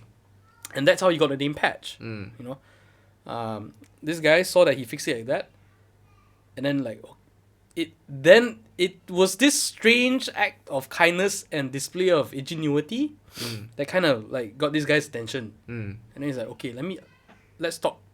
You know, this opens up a conversation already. Mm. And then Robin's character asked him like, okay, what is the answer? You keep asking me like, what's the answer?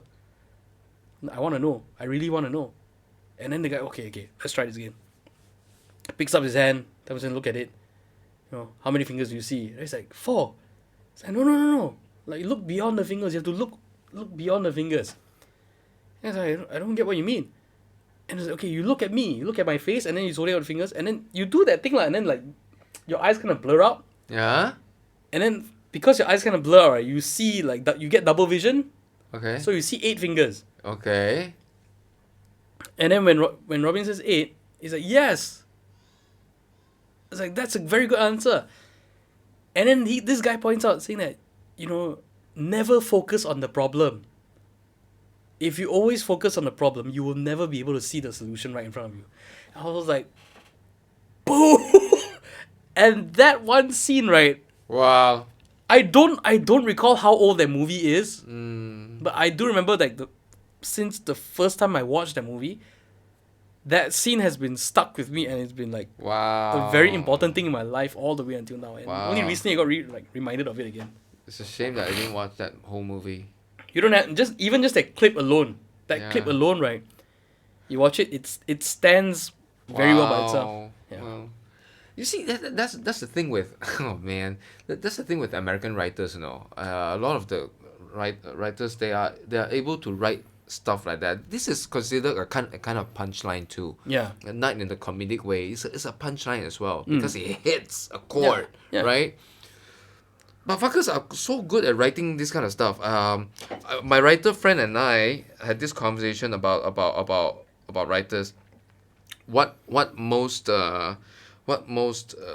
especially Chinese writers, even Asian Chinese writers lack is a serious lack of emotional sophistication.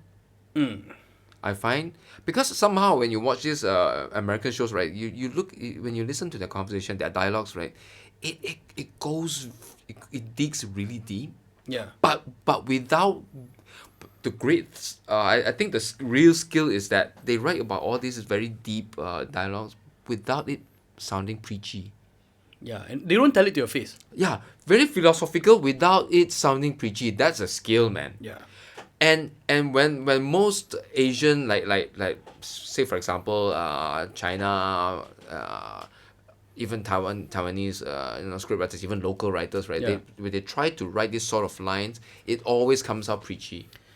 But why do you It think that sounds is? Is it a cultural thing? Is it a like that it's not embedded in our language or in the language, or like, because it's not like the Chinese language itself has all these like idioms and all the 成语谚语 and all this kind of stuff, which is very poetic, and it's very what, right? You see, that's the thing. I think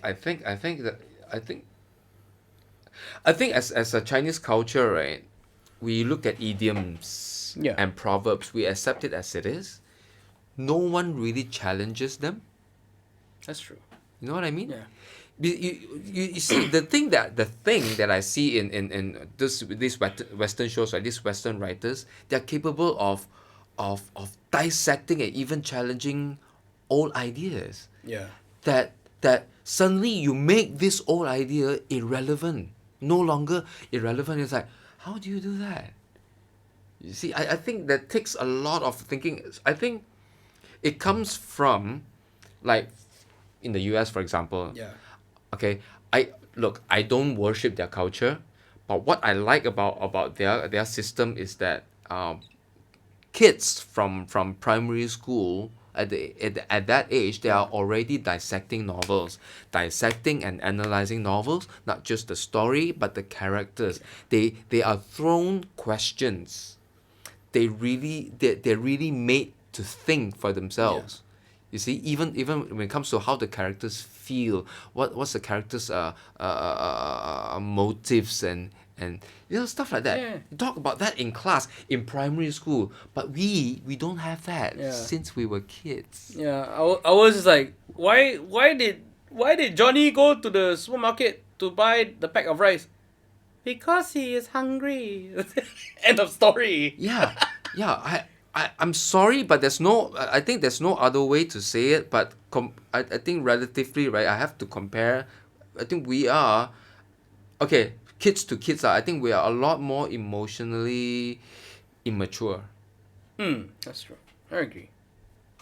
Like, yeah, I don't Because I don't remember any stage in education here in education, or in Asia, or ever hearing about any of this stuff happening in Asia. yes, about because emotions and all. can you imagine American kids, some of these small kids, primary school kids, are trained and taught to live in the character's shoes. Yeah. You see, there's so much empathy going on there already for such an age. Yeah. We never had that at all. We Here, never, our children here are making the shoes. yeah.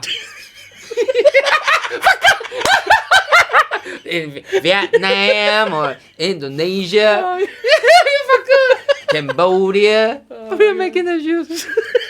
Oh, but yeah, you're right, man. You Because, know what I mean? yeah. That's why I think that, which is why a lot of the Chinese writers here lack the emotional sophistication to think of what a person can feel and stuff like that. But those children, they are trained from kids. Yeah. I think the only emotional training like Chinese kids ever get is like when you don't finish your rice and then your mom gives you that whole lecture about, oh, you know, there are people starving in other countries. Yeah. Oh, the farmer grew this rice, how much effort? Yeah. Like that's as far as it. That's Yeah. in terms of like life lessons on emotions. That's the only one. Yeah. Yeah, pretty much get. Yeah. You will pretty much never see Asian parents asking their kids, what would you do if you were Huckleberry Finn? Yeah. Nah. No. Right. Right? I was like, you don't be like Huckleberry Finn. Yeah, you don't be. Don't be. But this is what would you do? Yeah. The way they form questions and why do you think Huckleberry Finn is feeling this way? Okay, what do you think so what do you think is a Huckleberry Finn feeling now? He's feeling betrayed. Why? Yeah. You see, this sort of things, it makes a kid's brain just constantly turning and becoming more and more sophisticated emotionally. But it's a balance, I feel. I mean, I get what you mean. That's why it's really hard to produce a really good show here in Asia as a Chinese where you have dialogues, right, that just hit you, like you say just now. You know, Right, the kind of dialogues that really hits you and stick with you and stay with you throughout your freaking life. Yeah. It's tough to find. Yeah, now that you mention it, it's tough to find. You cannot. Yeah. Because all the scenes are becoming all the dialogues are just 交代那个事情罢了 circumstances. They're teaching you lah. They're teaching it to your face. Yeah. So you see what humor is, right? It has become, right, it's so ridiculous. Okay, let me describe what the most of the Chinese the Chinese comedy is for most Chinese writers is, say for example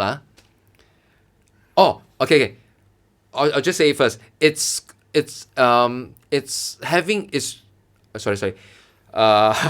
Chinese comedy here in Malaysia especially, it's creating a funny scenario, and having the character narrate on it. That's it. For example, old man falls into the drain, falls into a monsoon drain. People think that's funny, physical ma. Yeah. Very slapstick ma. Old man fall into the drain, and then you have a character in the show or the lead character say, "Ha ha, old man fall into the drain." Yeah. It's very on the nose. Yeah, that's comedy here. Yeah. That's why we lack that sort of sophistication of having double layered punchlines and double layered thinking. Like then you have the Simpsons with Nelson Muntz, like who is like a caricature of this. Like where he literally goes, Yeah, exactly. Exactly. pointing out this shit. Yeah. Yeah, exactly. Yeah. Yeah. This is the sort of comedy that I've been dealing with here. I don't know, man. But somehow locally, right? It's accepted, right? The English writers are really good. Okay. I found very good English writers here. Well, the English writers here, they could be Chinese, Malay, or Indian. So it's not a cultural thing anymore, lah. It's a language issue. Yeah, I think it's a cultural thing somehow. The language, the culture of the language, that maybe perhaps the culture that comes with that language. The language, right? Yeah. Or yeah. Because But, I haven't yeah. come across really good comedy. I haven't come across really good Chinese comedy scripts. I've come across really good English comedy scripts. Yeah. Okay. We're gonna take a break, and I'm gonna talk about one recent Chinese-based show that I've been watching Okay. that I'm totally in love with. All right. All that and more after the break. Later. Will the story disappoint? We will find out. Hey there! If you like this podcast, don't forget to like, follow, and subscribe to the Stephen Bones Everything Facebook page, YouTube channel, Instagram, and more. You can also find us on Podbean. Don't forget, this podcast is available wherever all good podcasts are. Not saying that this is a good podcast, it's just available where all good podcasts are. If you wish to advertise on this podcast, or if you just want to send money, drop us an email at stephenboneseverything@gmail.com. We'll get the better email next time. But for now, StephenBonesEverything@gmail.com. All right, and we're back for round 4. Me and Alvin Wong. Fuck!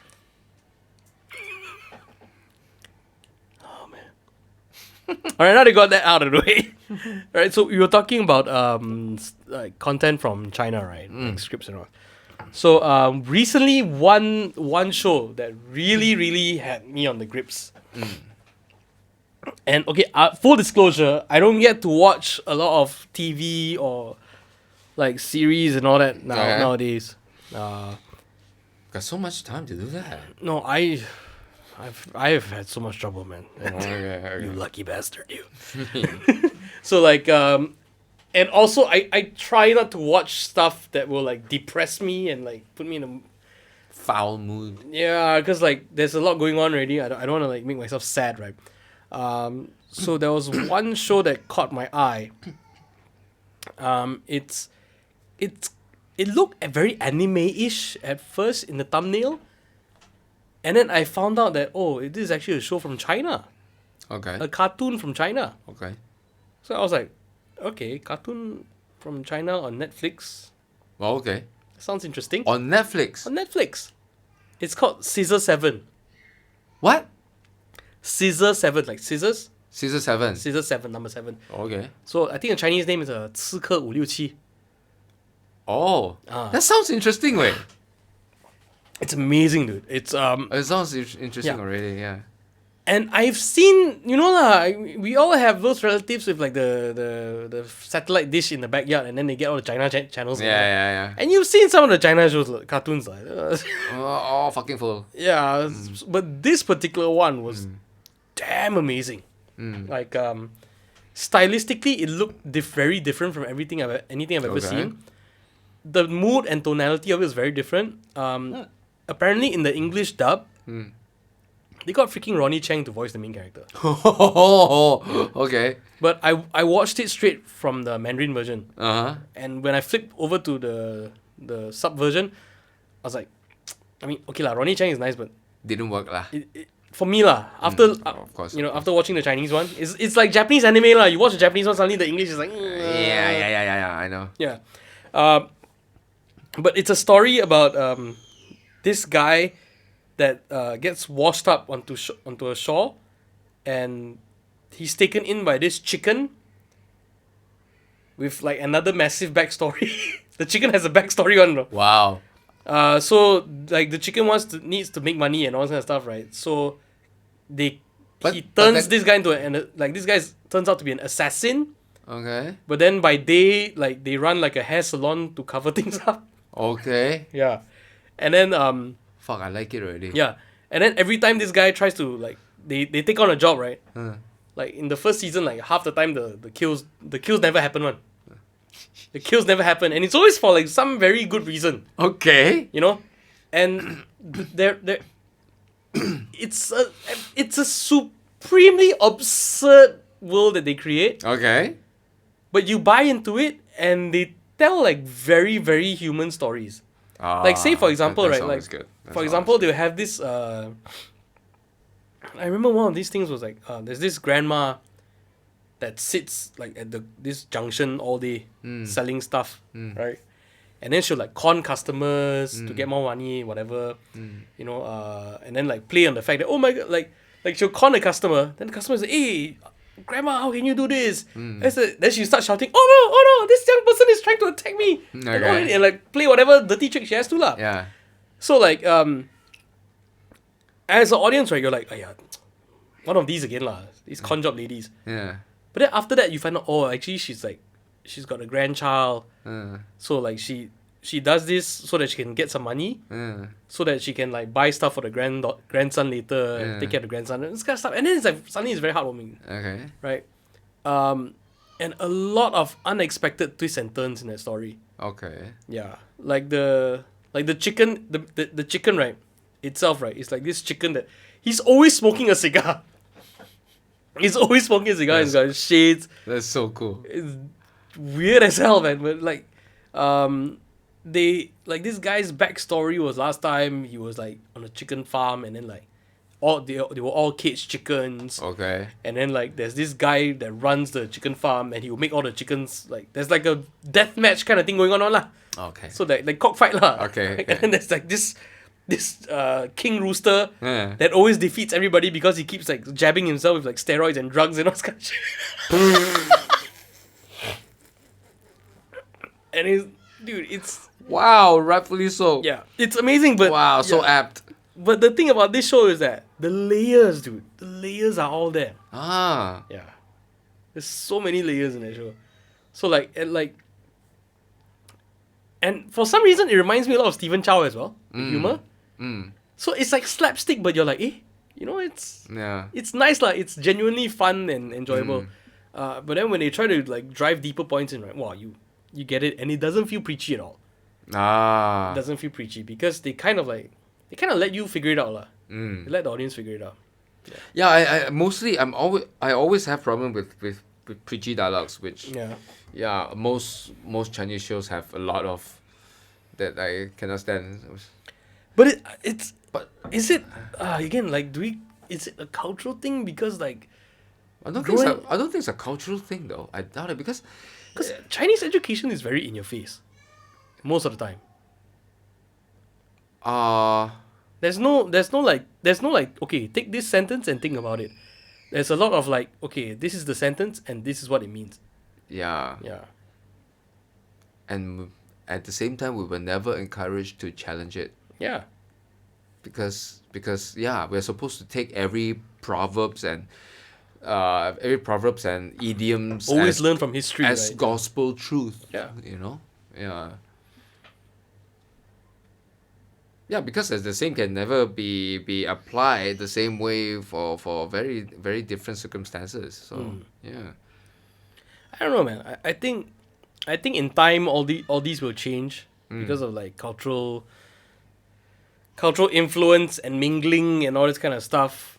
You know, I do think there is a big shift to the east in terms of media and cultural representation and all this kind of stuff. Yeah. But you know, this stuff's gonna take time, lah. It's gonna take time, and my constant worry is that, like a lot of this stuff is driven by money. Oh yeah, absolutely. Right. Yeah. I don't know if people know this or whether it's very common knowledge, but like there is a crap ton of like Chinese money in Hollywood productions now. Yeah. You know, that's why they can like, you know, get Hollywood movies to bend to their will. Like literally change things for the Chinese market and all this kind of stuff. Yeah, that can be very dangerous. Yeah, and you know, yeah, like you said, it can be very dangerous, right? Like, what was it? I remember there was a case where, there was this case. Something was going on. I think it was about Hong Kong or something like that, right? And then like this NBA, I don't know, a team owner or something like that, said something, and he was in support of like Hong Kong. Oh, okay. Yeah, Alright. and then China decides, since you said that, we're not gonna broadcast games featuring your team or whatever, you know, stuff like that on our TV stations. Yeah, and straight away, right? Naturally. Wow, the guy came the next day. You know, this is like not my. I didn't mean it. You know, turn it back because suddenly like. It's not just his ass on the line anymore, right? Suddenly all the players like, hey, what about my shoe deals? Yeah. Oh, man. Everything's money driven. Yeah. It's kind of scary though, but I don't know. I don't know if it's... I just hope, It's that pendulum, right? It swings too hard one way, suddenly it swings too hard the other way. I mean, China money fine, but I just hope that China will leave them alone when it comes to creating truly good content. I don't think that's going to happen. I really don't think that's going to happen. I don't know, man. I think it's very worrying. Yeah. I think there will come that point where like there's too much meddling. Yeah. And then there's a correction. Yeah. Because I have to say, China right now really do not have many, storytellers or writers, good writers. Instead, I think that the Koreans have a lot of damn good writers. My God. Yeah. The Koreans are so good. All right, which leads me to this point, right? Our recent government, Uh-huh. I think was it a minister or someone, the new head of like Oh, you yeah. know, saying that hoping Malaysia can achieve an Oscar in the next decade or so. Like that's the target, and I'm like, that's a nice target to have, Yeah. but you're not fixing anything. Yeah, no. You know, the local industry is like, it's quite, I feel it's in quite a sorry state lah. For the amount of talent and the amount of dedication and passionate people we have, I feel like it should be in a much better we should be in a much better position than we are. And also, you know, it's, I don't know. this stuff takes a long time to grow lah. You know. No, dude. I think I know a lot of people would disagree with me for sure, but I still think that it is still a money game. Yeah, definitely. You know, yes, you have a good product, but you have a good script, good product, but if you don't have the money to push it, it's still all a dream. Yeah. But when we do have money, at least we have a shot. Yeah, that's true. At least we still have a shot at making a really good movie, if we have the money. And we spend it properly. If we spend it properly, yeah.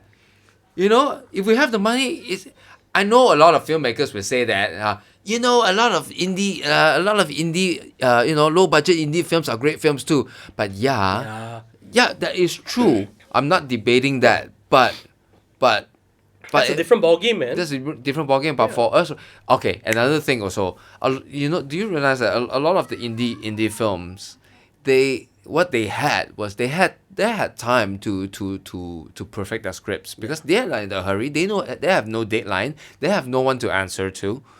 So once they're done with the script, they just, you know, when they're happy with the script, they'll do it. But no, with some big productions, you know, you have a deadline to meet. Yeah. You know, you gotta deliver your script, this and that. But for us, we really just need a reasonable amount, reasonable budget to come up. We can achieve it.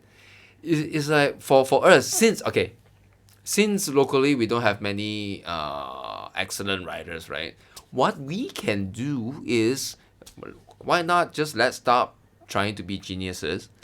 We make adaptations of good books and novels. That's true. Okay, or we start with that, or we do our original screenplay, and we bring it to script doctoring. Yeah. You allocate a budget for script doctoring. Yeah. Because it's not like we don't have every part of the process. Yeah. We might just be weak in certain aspects, right? Yeah. Yeah. And it's never wrong to like seek outside help. Yeah, in never those wrong. aspects, because No, not at all. like films and all, it's always a collaborative effort. Yes, and I remember there was one particular year, right? Hollywood was filled with book adaptations, Yeah. right? So what's wrong with? But why trying to be a smart ass when even Hollywood themselves are taking in a lot of book adaptations? Yeah. We can do a book adaptations because it's all there already. It's a reason why that book sells so well, right? It's all Yeah. there. So yeah, just adapt and buy. You know, spend a little money, very little money, for the copyrights, and yeah, you're done. But how do you see it, man? Because like you said, with the indie films, there's a lot of time for people to polish their thing, get things. Like you could be sitting on a script for 15 years if it's an indie film. I've seen a film, right? It's called The Words. The two writers spent 8 years Yeah. on the script before they decided on the go ahead. Yeah. Decided on the green light. So like, you know, big productions sometimes don't have that luxury to. Yeah. You know? Yeah. Yeah. But where would you sit? Because it does feel like a divide between which has the most freedom of expression, and which has the most commercial, like, still freedom of expression but with commercial value tied to it. Whereas the indie film, like, there's no real commercial value. Indie films can have They commercial can. value. They yeah, can, definitely. but the goal there is always the freedom of expression first. Yeah. You know, whereas the big budget film, that's like, no, express yourself, but we need to make our money back on this thing. Yeah, You know? yeah, We yeah. need to make sure audiences like it and all this kind of stuff. Yeah. Yeah. Yeah. So where do you sit on that? In the ideal world where you have both avenues, would you like flop between one and the other, or would you like say no, I'm big budget all the way, or no, I'm indie all the way? What really depends on the story you're telling.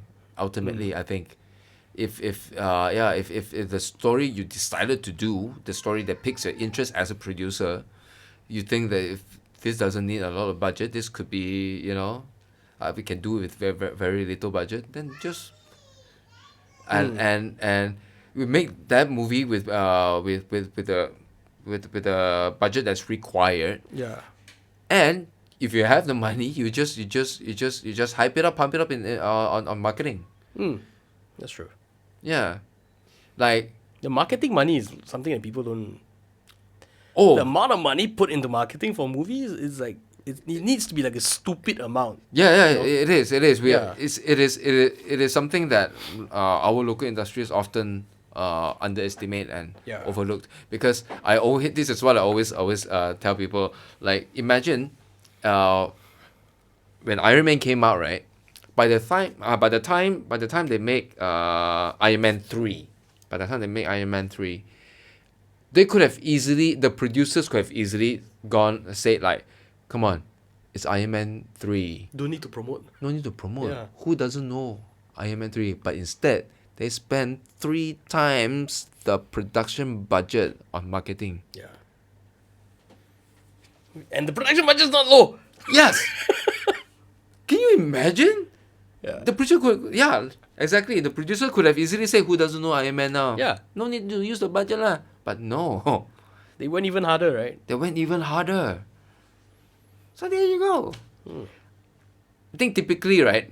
Maybe perhaps even the Asian producers will probably go like, wow, we managed to make it with a 1 million budget lah. How about the next one we use 500,000? Since we can make it, with 1 million, right? Yeah. Then let's try with 500,000. Yeah. I like the whole like, well, they did it for 1 million. Why do we need 2? I think Asian producers would have that kind of mentality. Yeah. Oh my gosh. Oh man. But it's interesting, lah. It's interesting. Yeah, but it's half our budget. Yeah, let's try it. Yeah. I think we can. But they spent $500,000 making the movie. They spent the other $500,000 marketing the movie. Right? The thing is that we always have we always have the mentality of using bicycle budget to make a Ferrari, Yeah. trying to make a Ferrari out of a Proton budget, for example. But do you okay? That's not very patriotic thing to say, right? Yeah. Alright. No lah. Do you think what? Respect to the power window. At least they fixed it, lah. You saw what I did just now, right? To my car, to my Proton. Oh gosh. Yeah, I have not heard of like the new Protons having power window issues. Yeah. That's refreshing, lah, actually. Yeah. Yeah. Okay, but you spend like so many years like in front of the camera already. Have you considered like a behind the scenes role? Behind the camera? Yeah, I've thought about it. But damn, I don't know. I think being a director is, to me, it feels like making the decision of becoming a father. It's scary, man. That's because it's a lot of responsibility there. Sometimes I even think that I may be allergic to responsibility. It's scary. I love to, but I'm scared. It's like, I don't know, man. Maybe you gotta like try like, I'm a baby, your Yeah. baby. but maybe you gotta like, just try like a small project, DIY thing. It's scary, man. It's scary. Because I have a glimpse of how your mind works, and based on what I see from you, right, whether it's your when you go into like your music taste, you go hard. When you go into like the movies you enjoy, the films, and you go hard. When you bring up references of obscure things, you bring it up as if like you've been living with that shit for the whole life, you know? And it's amazing. So like it strikes me that you have, if you were to pick up something like this, right, that you have like a very clear idea of how something can and would look or should look or be able to look. Yeah. Or, how it should be, how it can become. Yeah. Yeah. Because it's the director thing, I think, because people always assume that no, the director just tells everybody how to achieve his vision, which I don't think so, right? There's a lot of times where like It's more than it's that, a living man. it's a living puzzle kind of thing, right? Dude, you're a freaking general running a troop. Yeah. So, yeah, because here's the thing, I love this so much Yeah. that if one day I decide to churn something out, I don't want to be something like say, hey, I don't have to have the dialogue with myself that say, hey Alvin, what are you trying to kid? Don't embarrass yourself lah. I have that thing. Yeah.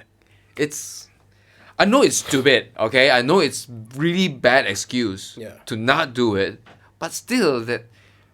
Okay, you know what? It's the responsibility and the fear, the fear of really staring at my own mistake. Can you imagine staring at like because I've likened being a director to being a father, right? Yeah. Can you imagine staring at your own kid? It's like, shit. Dude, that's my entire YouTube channel, dude. I should have done that, man. I shouldn't have done that. That's my entire YouTube channel and Facebook. That's every video I ever posted. Why?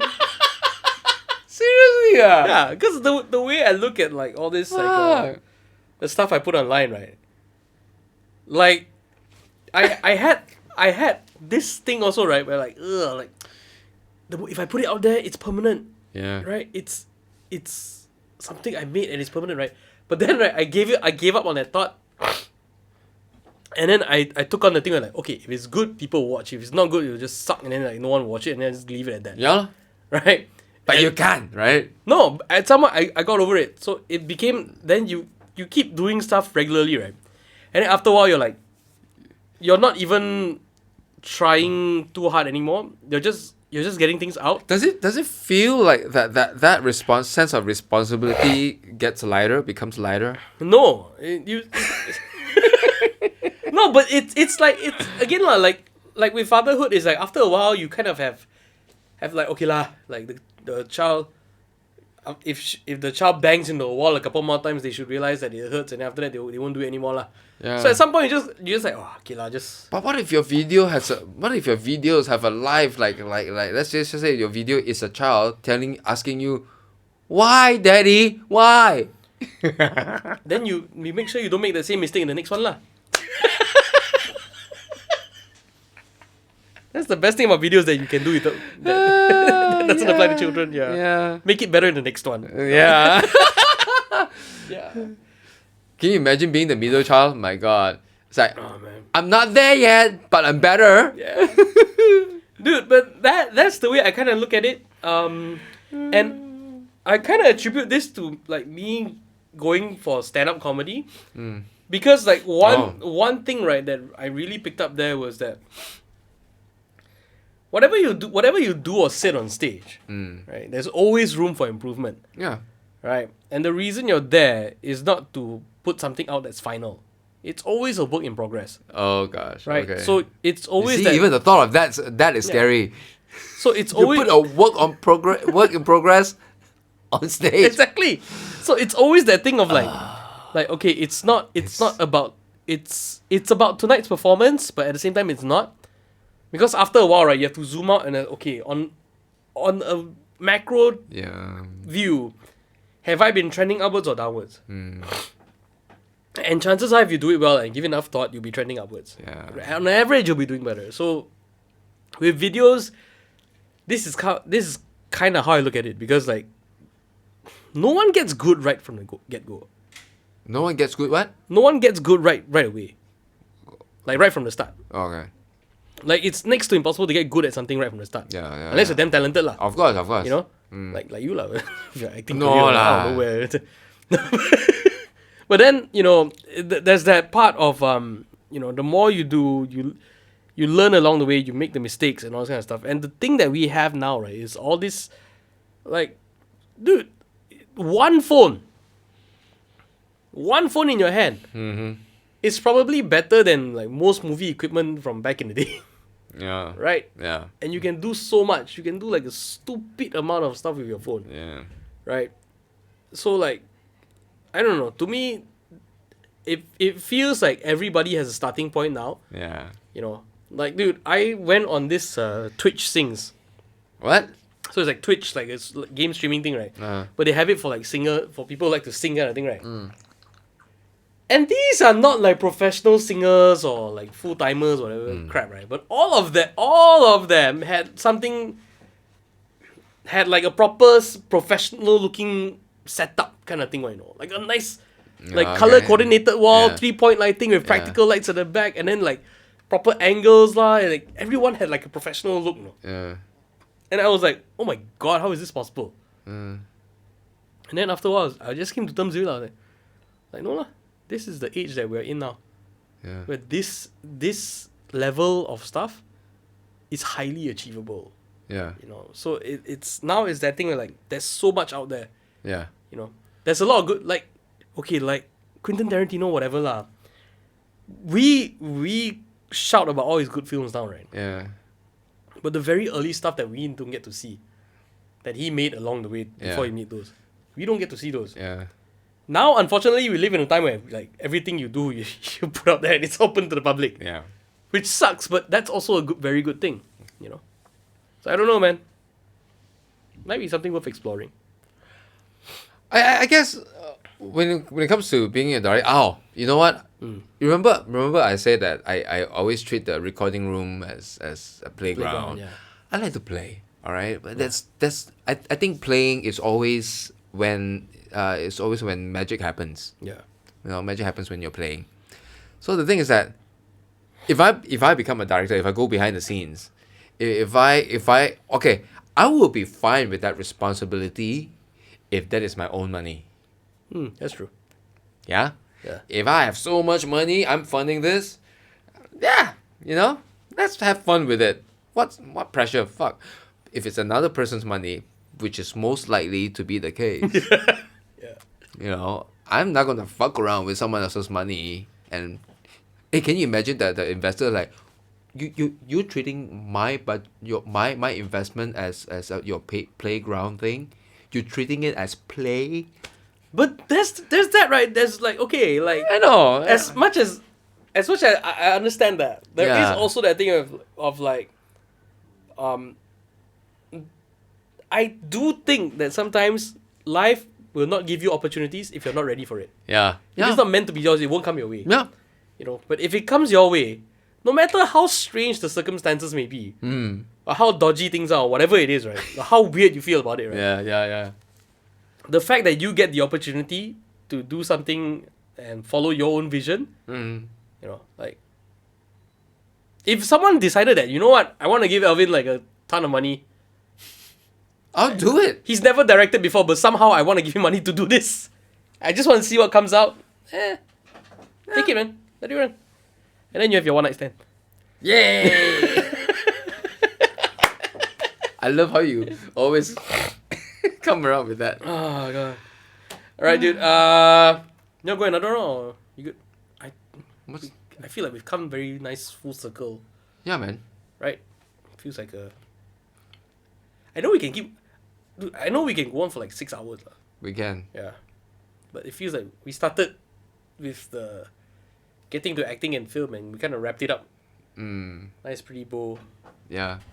Feels like a organic ending right now. And thanks for coming, dude.